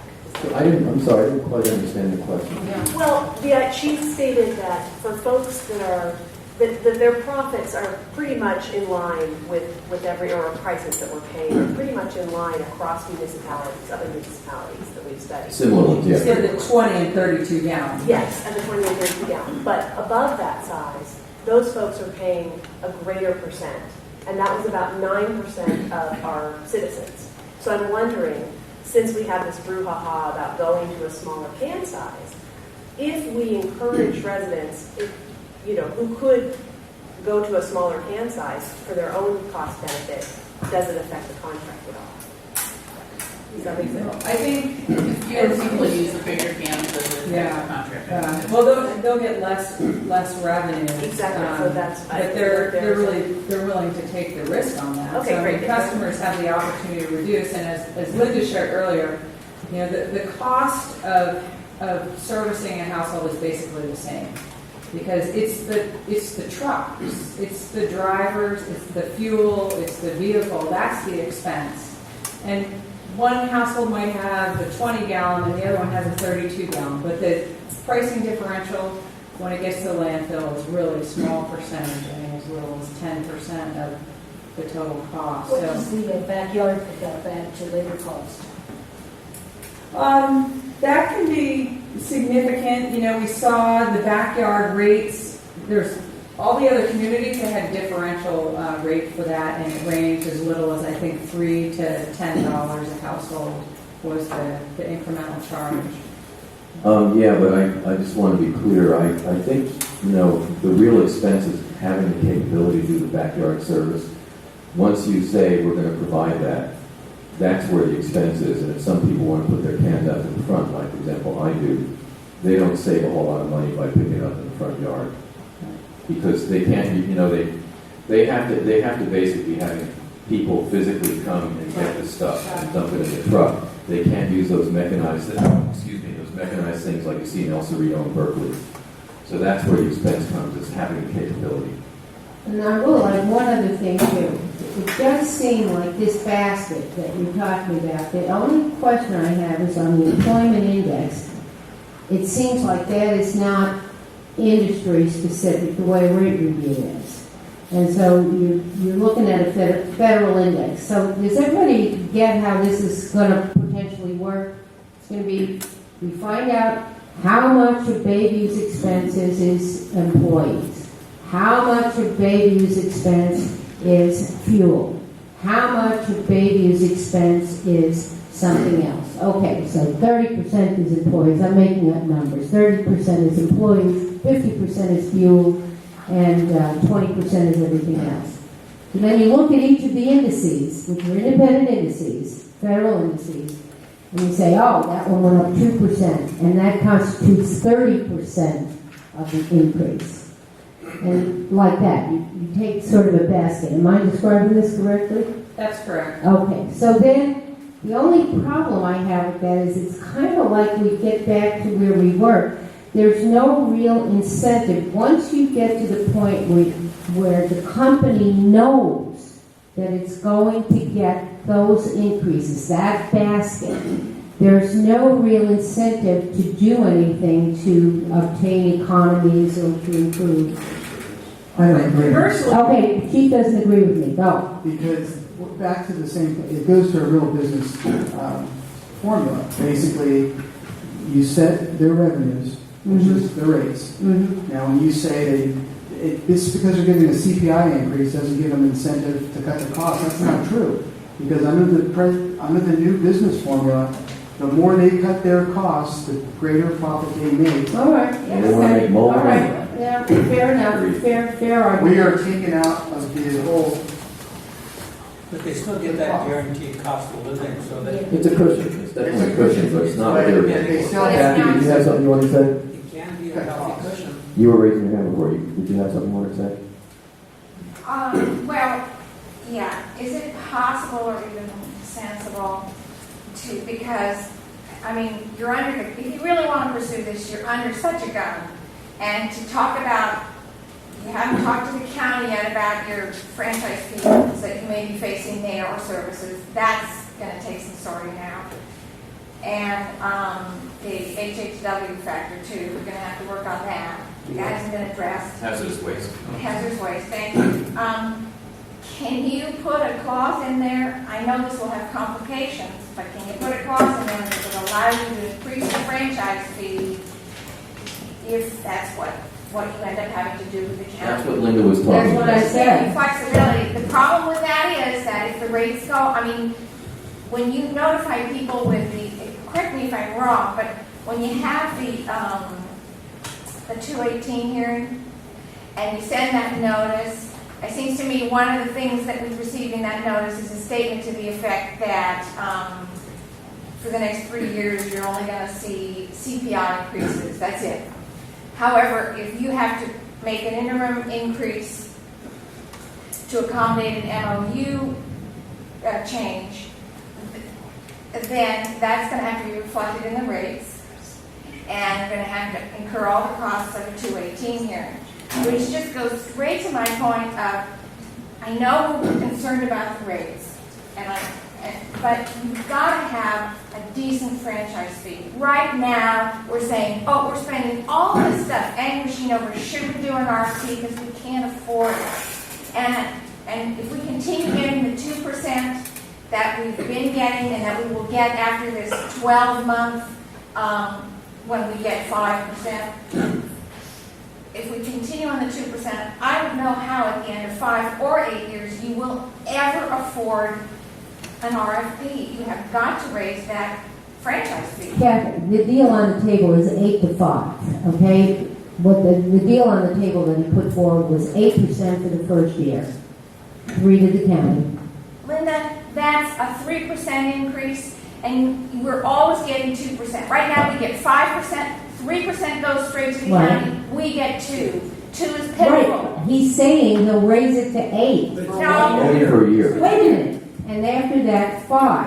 No. 5 and 3 goes to the But county. No, we're not, that's what I'm saying, we have to go back to him and talk to him about assuming a cost for the county, and maybe we can set an upper limit on it. Can I add some clarification to this one point?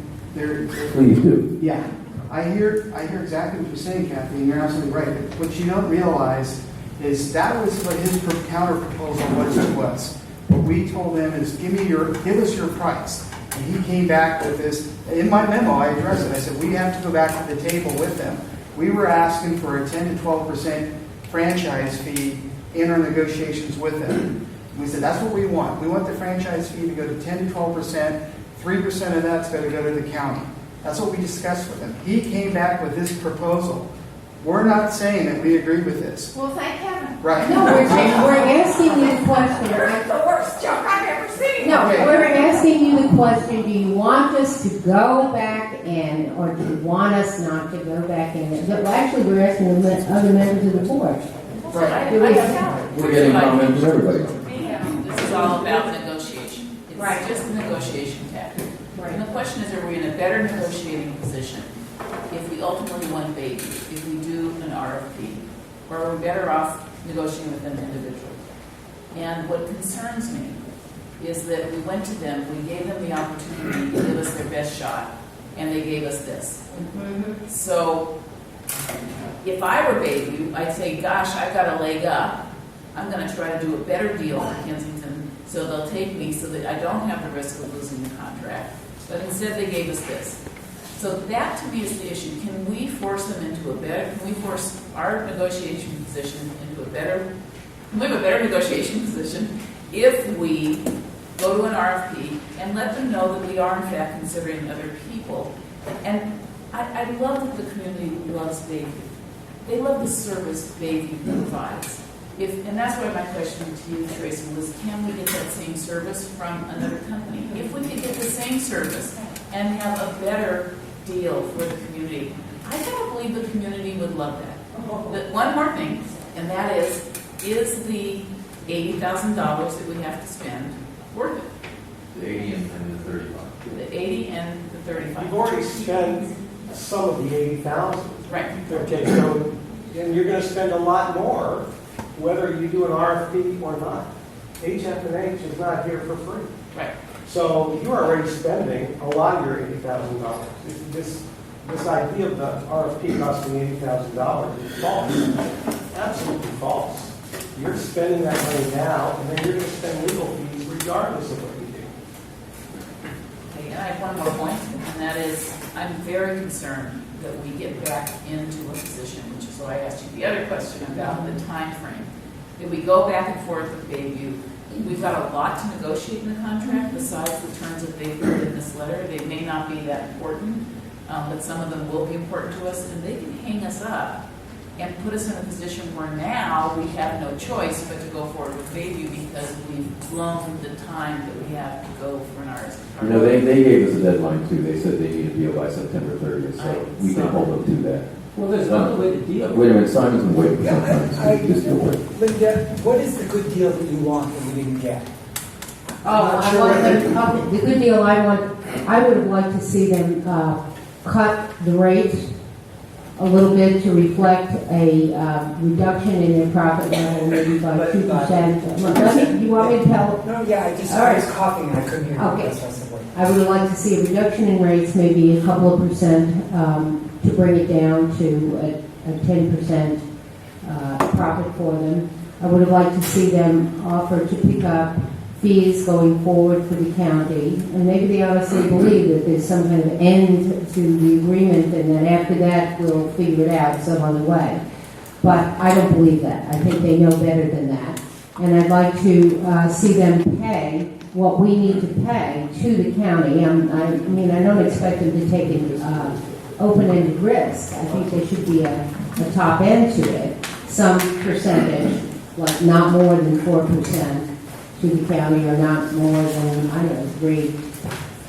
And I'd like to see them, I didn't mind some things like additional household pickup. I want to be sure there's unlimited greenways. We live right on the ridge, and I think they said unlimited greenways. Yeah, that's what we I mean, I want to see that continue. But that's where I'm at with it, is basically, I wanted to see a better set of rates. And the county franchise. And so to the consultant, I'm sorry, I forgot your name. Tracy. What Linda is asking for, what her expectations are those realistic? I mean, I think, they put the offer forward, right? Right. And now they have now you have the power of all this feedback from the community that what I'm hearing is like, we want a little bit better deal.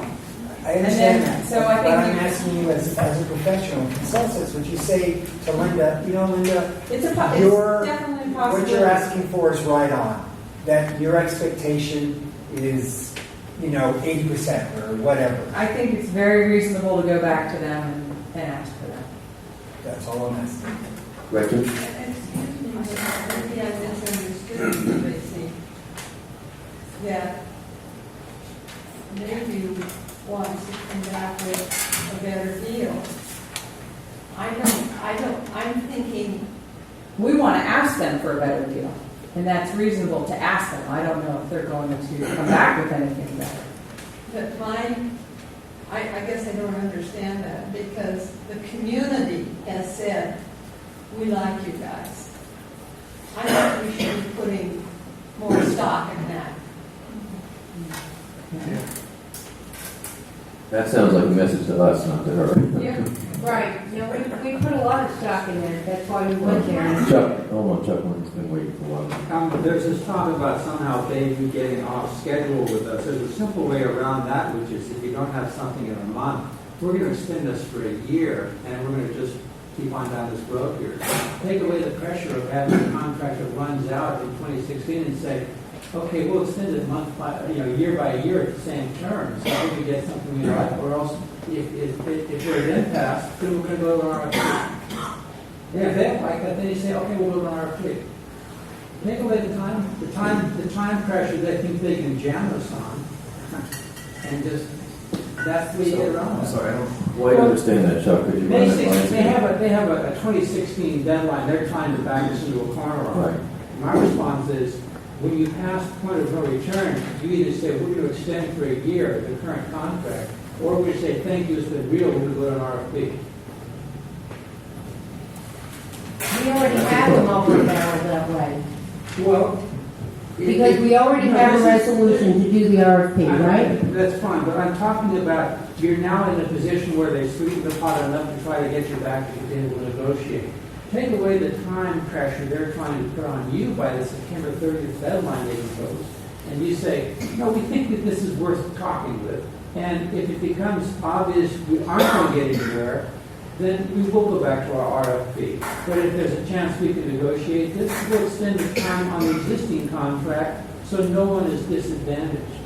That's I an think we interesting should just go thought. back. Well, then, No, but I want to make sure I understand what you're saying. So, for example, if right now we're holding ourselves to a deadline to get the RFP process finished so that we could get it out there and get into contract with somebody else, because we kind of have to do that by September of 2015.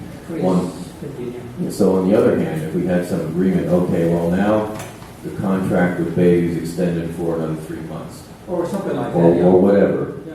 then we've given ourselves more room on the RFP end of it. That's your point, right? That's my point, yeah. I would go with Carl on that. That is overthinking it. If we're going to come to a deal, the contract that HF&H drafted is the standard in the industry.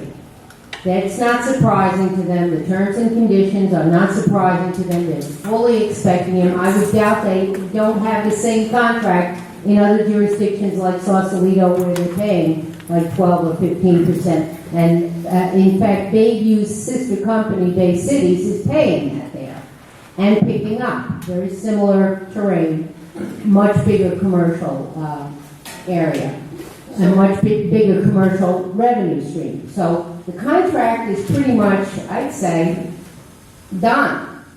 It's all about the money. So Linda, let me ask you a question. Can you come back in a month and say we have a done deal? I say we either do or don't. Well, that's my But point. I want to know from the board, do you want us to do that? Let me finish, please.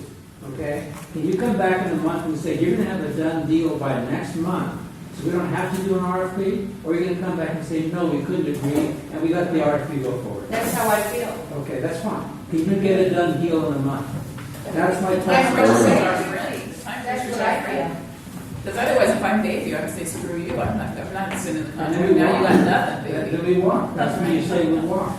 If you can get it done in a month, then I'd say go ahead and do it, because we have that month built in. If you can't, then the month's expired, and go to the RFP. What do you think? Well, that was my plan. I was just going to go back. If the board, that's what's before the board tonight. Do you want to continue to go back to maybe, like we're, maybe what, I'm going to throw out there 90% there, okay? Yeah. There are some major, this franchise fees is going to be a major negotiating County. point. Yeah, right? it's a big deal. And we get over that hurdle, then I think we're 90% there. What I would envision, the board says, yeah, go back to Davey, see if you get a sweeter deal.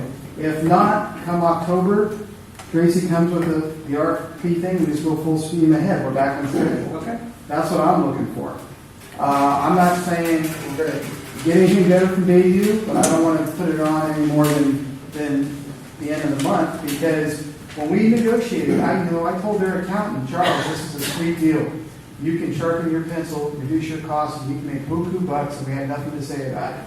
And they came back with what I felt was not a very good deal for us. However, I always fall back on the same thing. The community's happy, they don't think they're being overcharged. Well, that's fine. We tried. But I think we should still, we go to the community to go back and try one more time, sweeten the deal, lower your rates. You're going to make good money on this deal. And cover that county franchise And cover the fee county consumption, franchise which still fee is that no we were assurance. asking. Okay. Who's first, Kathy or John? Go ahead, Kathy. Yeah, really. Well, if you're going to speak, you have to get a microphone so that you can catch it, please. You have to get up there. It's more than just the 3% or 4% that we may have to pay the county that you've got to get in a franchise fee. You have got to get a franchise fee that will mean that you can pay comfortably for an RFP Okay, or any other. can I ask Greg, what the 2% comes to how much a year for us? 21,000. 21 a year. Now it's up to actually 24 because we had an increase. So it's 24 for us, and it's probably about 36, 38 for the county with their 3%. So the 2% now is $24K per year. And they stuck through that in one arbitration. And Okay. at 8%, okay, Just so. want to know what we're talking about, that's all. So it'd be It's fine. 50,000 a year at 5%, or 55,000 a year at 5%. And over 5 years, it's $250,000. But you have to hold the 5%. Linda, I mean, what you're saying is, the way I understand, you seem to be saying that we're going to get 5%, the 8% is going to drop to 5%. She's gonna No, try that's to negotiate No, that. there's something, I have the sense that she and I are talking two different tracks. And I just need to make sure that she understands me and I understand her, and maybe I misunderstand her, but when it says it go from 5%, that 5% is going to go up from, already sends 3 to the county. So it's going to go from 2% for Kensington up to 5% for Kensington. Right, 50,000 or 55. that's Right, what it and is. then the question is, all you need to do is have one little unanticipated hiccup, and you know, somebody's dragging you into arbitration.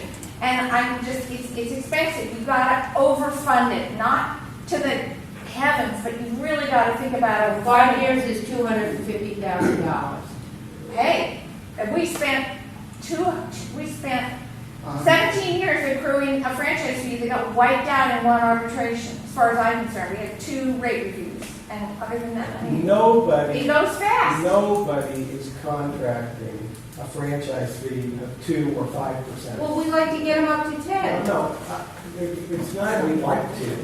You get them. That's your final offer. Or there is no Hey, contract. I'll go and I'll grab you by both No, arms. absolutely. It's like, you know, when I listen to this is just, I'm very troubled.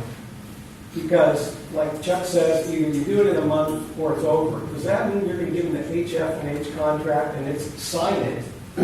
Sign Do you it. have it already? No, sign it or it's over. Is that what you're talking about? Or are you talking about now we're going to have the attorneys go back and forth? And if you think you're going to do it in 3 weeks to be ready for a board meeting in 4 weeks, you know, you guys are ready to lie. So what you're saying to me, now tell me if I'm wrong, is sign the HF&H contract as is. Yes or no? Just yes or no? John, Yes. Tracy, do they have this draft contract? They do. Is it a yes or no? Have you had feedback on it? No, we gave it to them probably a month ago. No, they're not going to Did you give give you it a month feedback. They're going to delay this as long as possible. So, So you I have. don't understand what you're asking. What I'm saying is that the only way you can come back here in a month Yeah. with a signed contract is if they sign an HF&H contract as is. As is, no amendments. Okay. Once you start with the attorneys back and forth, and the reason why they haven't responded is I wouldn't respond either. All I would wait for is November. There's the possibility of 3 new board members. You guys will be in total chaos. And then guess what?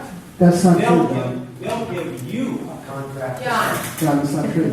The fact is, we're going to go through the RFP process up No, front. no. Hey, let's just back up. You said last month, you all agreed last month, just go listen to your own minutes. Yeah. You said last month you would bring the deal here tonight. The only deal You we don't- have is what he wrote. You don't have a deal, okay? If I can quote from this 1.5-page letter, which is very different than a 100 or 150-page contract, which is now standard. I'll just quote a couple of lines. First paragraph, second line, they say a possible new franchise agreement. Okay, that's not much of a commitment. Okay, the fourth line, we're providing you general information about what we consider to be important. It doesn't say anything about what the service consider to be important. It's what they consider to be important. The second to the last line, everything is subject to negotiation. We haven't agreed to anything. Okay, the second paragraph, second to the last line. We sincerely hope that an acceptable new agreement can be reached. Okay, you are so far away from having anything. You have nothing as of tonight. The second to the last paragraph. We would very much like to negotiate a contract. Okay, further down that contract, very troubling. They've set up a business trust which will assure a secure and stable future. What's all that about? The sole shareholder is Mr. Fagoni, and he's quite elderly, and they wanted to provide some structure. And have you seen the trust? Do you know anything John, about we are in the state of, we have met with them, they've come back with some rudimentary terms, we have given them a draft Linda, contract. how long have you done contracts, Linda? All How long? many. Do you really believe you're going to finish this in the next 2.5 weeks? Well, what do you want? You want us to say, okay, tonight is Can I just hold it, everybody? Look, No. I want to reflect back to you what you're saying, John, What okay? I'm trying to say is you're in no position. Let me say what you're saying, sir. You're You in can, no position. You have no choice but all right, your point No, is, you're wrong. we can't do it by the next meeting. That's what your point is. Tonight. No, we said we come back with something concrete. In the minutes right here. No, it's not, man. I just. Let me read it to you. President Welch asked if the board wanted to take any new action. Director Toon said it would be okay to proceed, but that something concrete would need to be brought back to the board by the September What meeting. is concrete? I think that letter's kind of concrete. It's not a I finished just deal. quoted you, man. It says every which way we'll negotiate. Okay, John, your point is we cannot do it by the next meeting. That's your point, right? Yeah, right. So Okay, you you're made your gonna point. do an RFP. You made your point. So why delay? Just do your RFP and be done with it. Okay, so you're of the opinion we should not go back to them. And you already have 2 people who want to bid. They have submitted something. They obviously want to play. They haven't submitted a thing. All they've indicated is they want to participate in the RFP Yes. process. And Mr. Fagoni's brother, so we got a little sibling rivalry here, his family from El Cerrito wants to bid. Oh, the company that now has that contract. Okay, so, I just don't get it. It's like, obviously, you're not in a position to do it. You're not going to be in a position in a month. You're just delaying the inevitable. Why don't you just get on with what you all agreed to do, which was you approved an RFP several months ago? You've made your point. Yeah, I think you've made it quite clear. Thank you.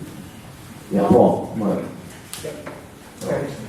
You had too many turns, and Paul was. You're next. I don't think you've had too many turns, but Paul doesn't have it. No, that's what I meant. She goes after him. Paul hasn't spoken for a long time. Let's hear it first. H for beauty. Yeah, that's what he just said, you know. Oh, is that what you said? Let me ask that question, which are boiled down to just a couple. Assuming that what we have here is a financial term sheet from Baby, which is a customary way to start a contract negotiation. And assuming that what they said here is something they'll stand by and negotiate a mutually acceptable contract. My first question is, are these financial terms better than the contract we have in place now? Is it a better deal than what? Yeah, it is. I agree. It is. Okay. So that's number one. Number two, if we pass on this, or whatever slightly sweetened version of it might come out of going back to Baby for further negotiation, if we pass on that, say it's not good enough, you're charging too much, or the franchise fee's not high enough, and what have you, even though it's better than what we have now with a vendor who's produced very high satisfaction rates, and go to an RFP, do we have a guarantee that we'll get a better deal out of the RFP process? better than what's on the table now or the sweetened. That is my concern. We have no guarantee that we'll get a better deal. We don't even have a guarantee we'll get as good a deal. We have right now, and this is just reality, folks. Thank you. We have, good service. We have high level of satisfaction with the service. We have some indication that we're paying a decent fee. And so it's a no, okay? And if we do the RFP, we might get better, but it's a gamble. So it's kind of like we want to take the risk of trying to get a better price, or do we want to accept the fact that we have an acceptable price now, at least according to what information we have from HF&H, and have the security of continuing with this situation for a period of 5 or maybe more years. That's kind of the basic issue here. Go ahead, Mabry. It looks to me like you're almost willing to accept his first offer. I mean, it seems to me in all these negotiations, your first, like buying and selling a house, your first offer is not your final thing. So it seems to me that would be a good indication that they can do better than their first offer. Well, I think we're all agreed we'd like to go back and get a better deal, and maybe we can. But in the end, no matter what they offer, we're still not going to know whether we could get better with an RFP. That's a total unknown. But it seems to me, I can't believe their first offer to us is their best offer. What did you ask them for? Did you ask them for their best offer? No, we asked them for, well, basically, yeah. When I presented it to them, I basically said, come back with the best offer to win this contract, and that's what they gave us. But So it seems to me that what we need to decide is what is it that is the drop dead point for us? Will we accept this? It sounds like no. No. So what is the drop dead point for us? We go back and we say, this is what we want, you can deliver it, you can't deliver it, that's it, we're done. I mean, we're in a time frame where we can't. Well, you got to be afford careful with anything that else. too, because you want them to, if you do an RFP, you want them to compete. And quite candidly, based on everybody liking their service, you'd like them to win that beauty contest with a better price. So you don't want to give them an ultimatum where they're out. Well, maybe it's come back with a better deal, or we'd like you to bid as part of an RFP. That's exactly, just do an RFP, which is what you agreed to do. I would suggest we give enough to the end, giving them the conditions that you just said, Pat. This is the bottom line.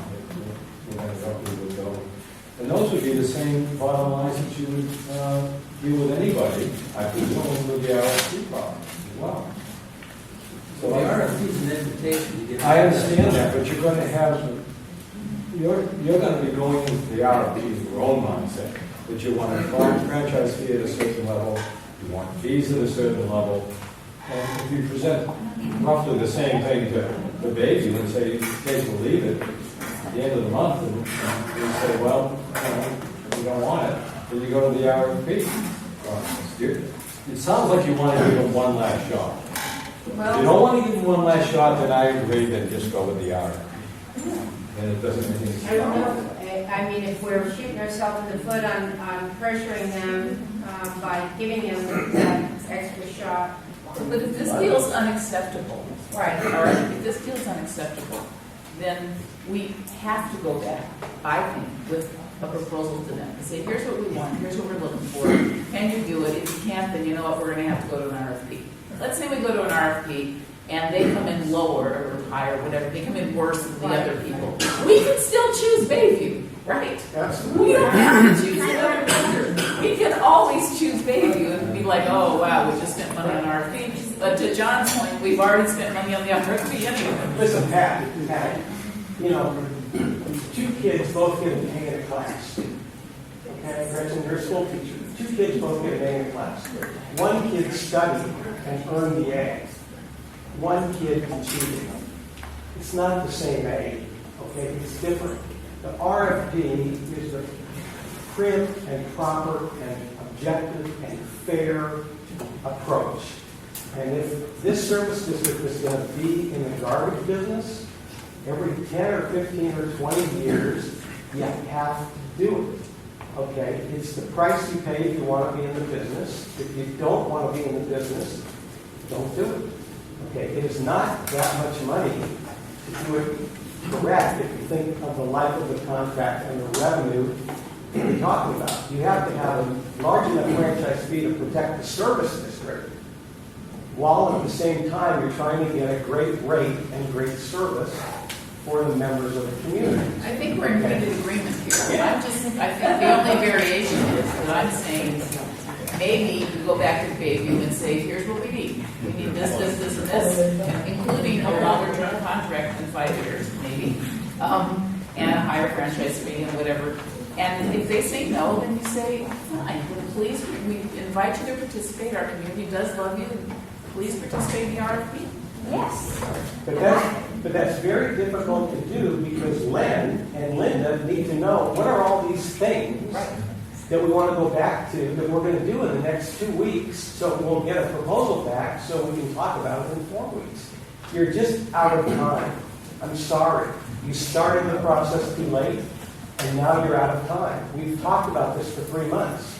You have less time now than you had 3 months ago. But what if the board did it in the way Pat's proposing and gave them a drop dead date, end of September, over and out? But what's the substance? That's what they themselves said. That's I another know, letter. I know, that's the big thing, but if you get right back to them pretty promptly and you say, we want an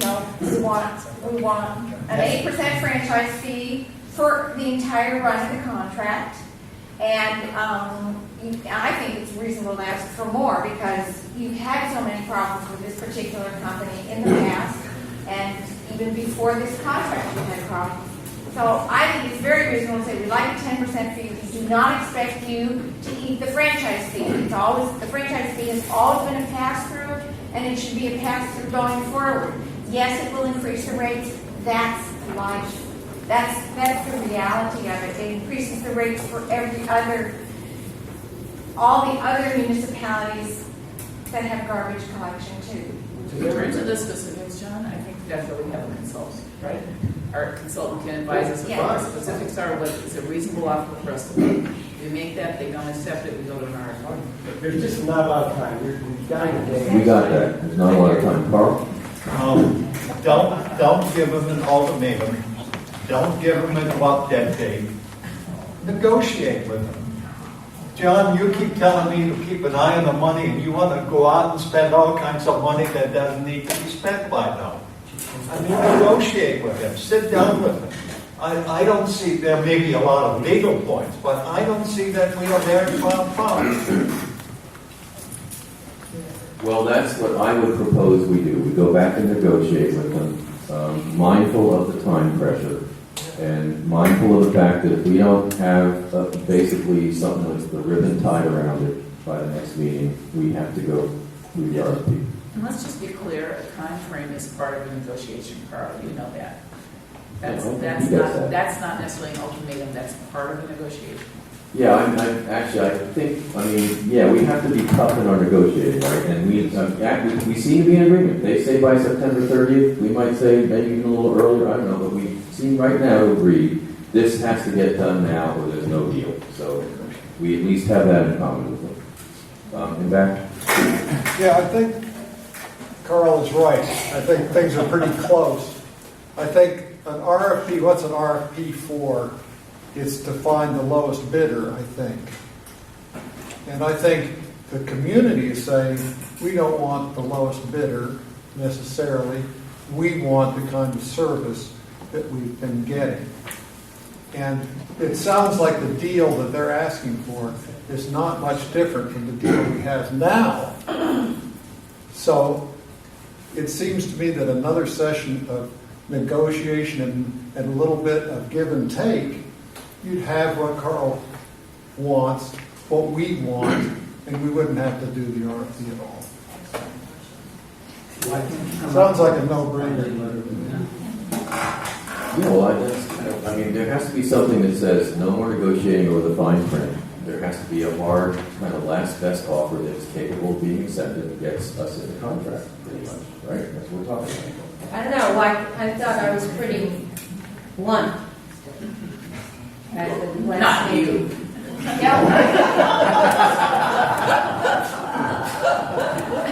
That was one of The your new Linda. It was an off day, right? So yeah, I'm willing to do it, but what do you want us to do? Do it. But you still don't know what your bottom line is. We won't know what the bottom line is. I mean, we can go back and we can ask for But you have to specific have a bottom line. If terms. you're going to go and negotiate with them with a time frame ending in September. We can't do that publicly now, can we? Can't. I'm just I mean, we saying. can't negotiate if we publicly announce what our bottom line is. Right. You know, I mean, they can look at the minutes too, right? No, he's just saying you have. I'm not saying you decide it here. You decide. Right, it no, in your we'll figure out what I think we have a pretty good idea what we want. That's, we're not trying, yeah, I know, but we're doing that on purpose. You know, I understand that, but No, his if point you is. can tell me that he needs insurance. you've decided what the franchise fee should be, I don't want to know what it is. But have you decided that? I don't think so. I think we have an idea. Well, an idea is one thing. We're not talking about finishing this by the 30th of September. You've got to go in there with a bottom line on that and whatever other few things. So we have a little negotiating committee here. It's Linda and me and the chief, and we will figure out among ourselves what we think the bottom line is and what we think the public wants the bottom line to be, and we'll negotiate on that basis. And I think it would be important to see a red line version of the agreement. Not only to talk about refining your financial points, but to have them provide a red line version of that franchise to see if there's any, big issues that you need to talk about. Yeah, I mean, any one of those provisions, if we can't agree on it, means no deal. So we do have a lot of work to do. No doubt Well, I about think that. it also involves the contract. I don't think you can just come back with these dot points and with the contract to be negotiated. I'm agreeing with you. Okay. So maybe the deal is, if you go back to them, you say tomorrow, and say, I want a red line version of the contract, you've had it for over a month, show us what you can agree to, what you can't, and we're gonna come to you with an alternative proposal, whatever that is, on these points, and we'd like to negotiate a deal. If you can't negotiate, then we're gonna have to go to our. And please participate in the RFP. Yeah, please participate, yeah, I mean, don't uninvite them. All right. Do we need any vote on this, or we just sort of go with the flow? No, let's have a motion here, please. All right. So I'm going to move that we continue to negotiate with Bayview and hopefully come up with a deal. Wait, I think we need to Have a well, a okay. friendly amendment. I think that Okay. the point would be to have either a firm deal in place by, what's realistic, October 1st. I mean, they gave us September 30th. When's our next meeting? Yeah, we have to have a vote or get a contract. Don't we? No, I know. Would we have to have stuff to grade for, would we have to have stuff? We have to have a firm, hard offer that's acceptable to get us into contract by the time we need to get the board packet out for the next board That's meeting. what I'm going at. When is that date? Oh, October right. 3rd. Okay, so they're in camp. The latest possible date would be 3 days before the meeting. So that'd be October When, 7th. Jeff, The on the- latest possible date. Just a minute. I think trying to clarify. Could you restate the motion so I have it? Well, we're working on that. Hold, get to me. So the firm, hard date, should we say October 2nd? That's a Sunday. Oh, okay, October 3rd. October 3rd is the date of the board. I'm sorry, October. Right. October 3rd is the last day to get the board packet out. So that's our hard deadline to have. And, you figured out the proposal. well, we'd like to, believe me. You should say it first. I'm not going to lock ours. If we don't, we need as much time as we can. The deadline is October 3rd in order to meet the law to get notice out for board meetings. So What is exactly, when is the next, what's the date of the next board meeting? It's actually the 7th, because isn't the board meeting the 7th? Second Thursday. Yes, and that's. Board meeting It's is the 9th. the 9th. The 9th. I try to get the packet out by the 3rd. But By the law, 3rd. you have to have it out 3 days in advance. 6th, So what's the that 6th is the So you could say no later Absolutely. than the 6th, or you say no later than the 3rd. It's the 3rd, because he needs to get it out. Ahead of time.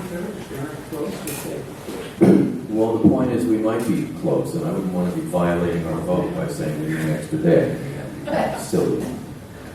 Again, if you want the pressure of time against them, October 3rd, you can need pressure of time. You want the truth?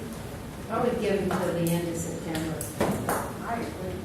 Well, they said September 30th, maybe we should hold them to their word. Yeah, they gave us September 30th. We'll just take them at their word and say, works for us too.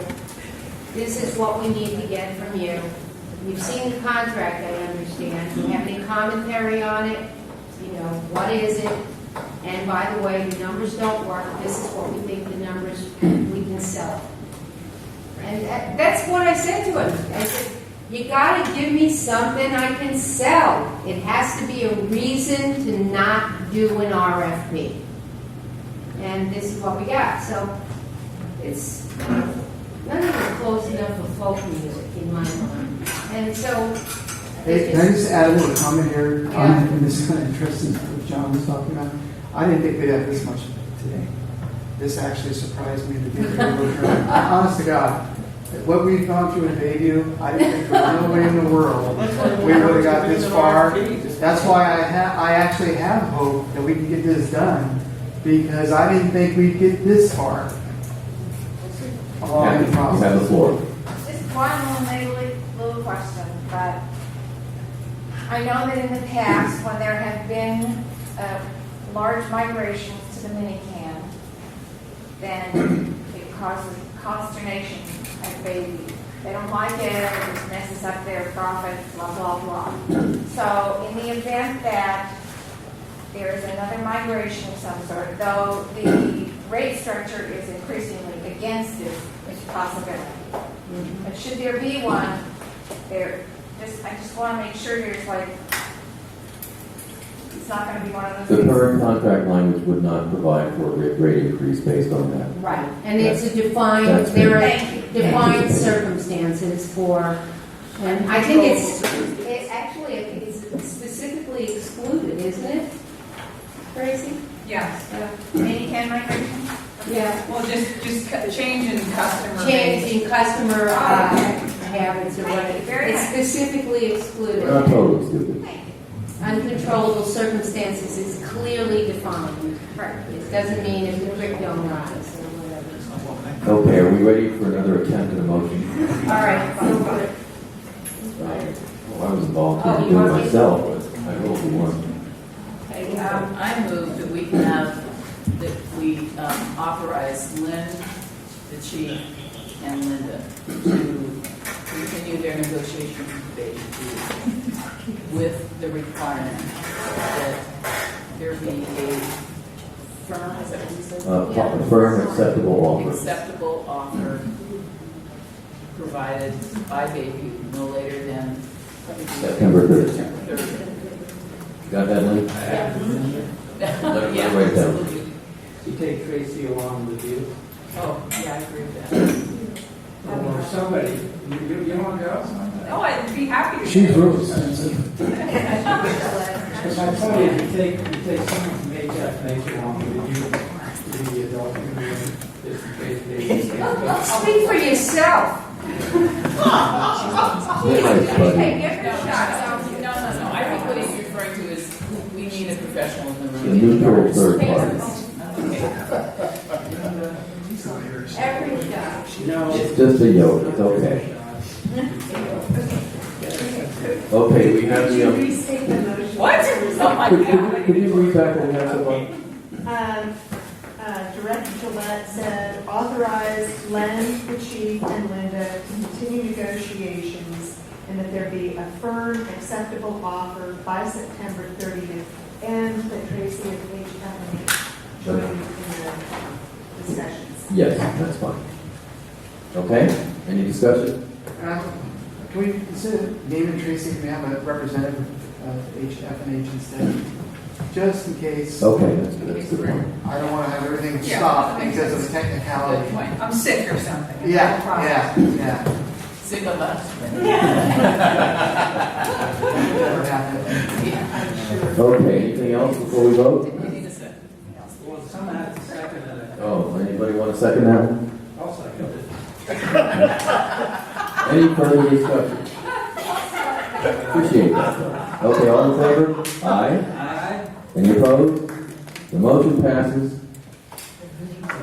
Yes, one more item. Thank you to everyone for your input. This was really helpful. Yes, to everyone. Okay, let me just make up a number. Say we're paying $20 for a can now, and that includes this franchise fee that you guys are getting.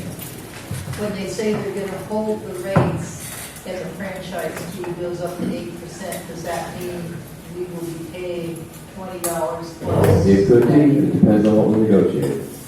Their That offer was was, the point Kathy was making their earlier. offer was, for the first year, you would not pay the incremental. After that, you would. Well, we're gonna negotiate. That depends on what we negotiate. Okay, can we move on to the last agenda item? Chief, why don't you introduce that? Okay, part of the packet, I received a letter from one of our residents, Barbara Steinberg, and she was talking about the efforts that a volunteer group she's involved with are making an effort to try to get the post office to reestablish a branch in Kensington. And the letter's part of the packet, and one of the things she's asking for, I think, is basically whether I, as the general manager, or the board, would like to participate in this effort to try to get a branch back located in Kensington itself.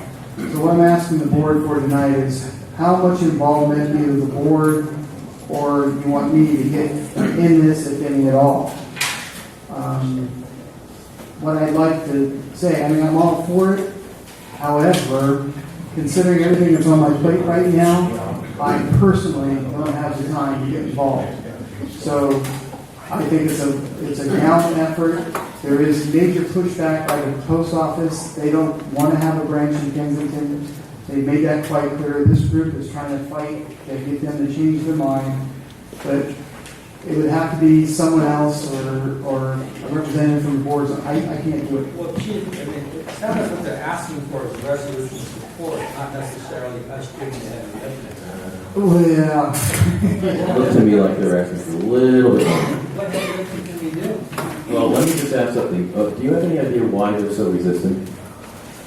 I think it's just a cost factor for the post office. It's an additional branch. You can, they're feeling, I think, I mean, I can't speak for them, but you can easily get service by the other branches in the area.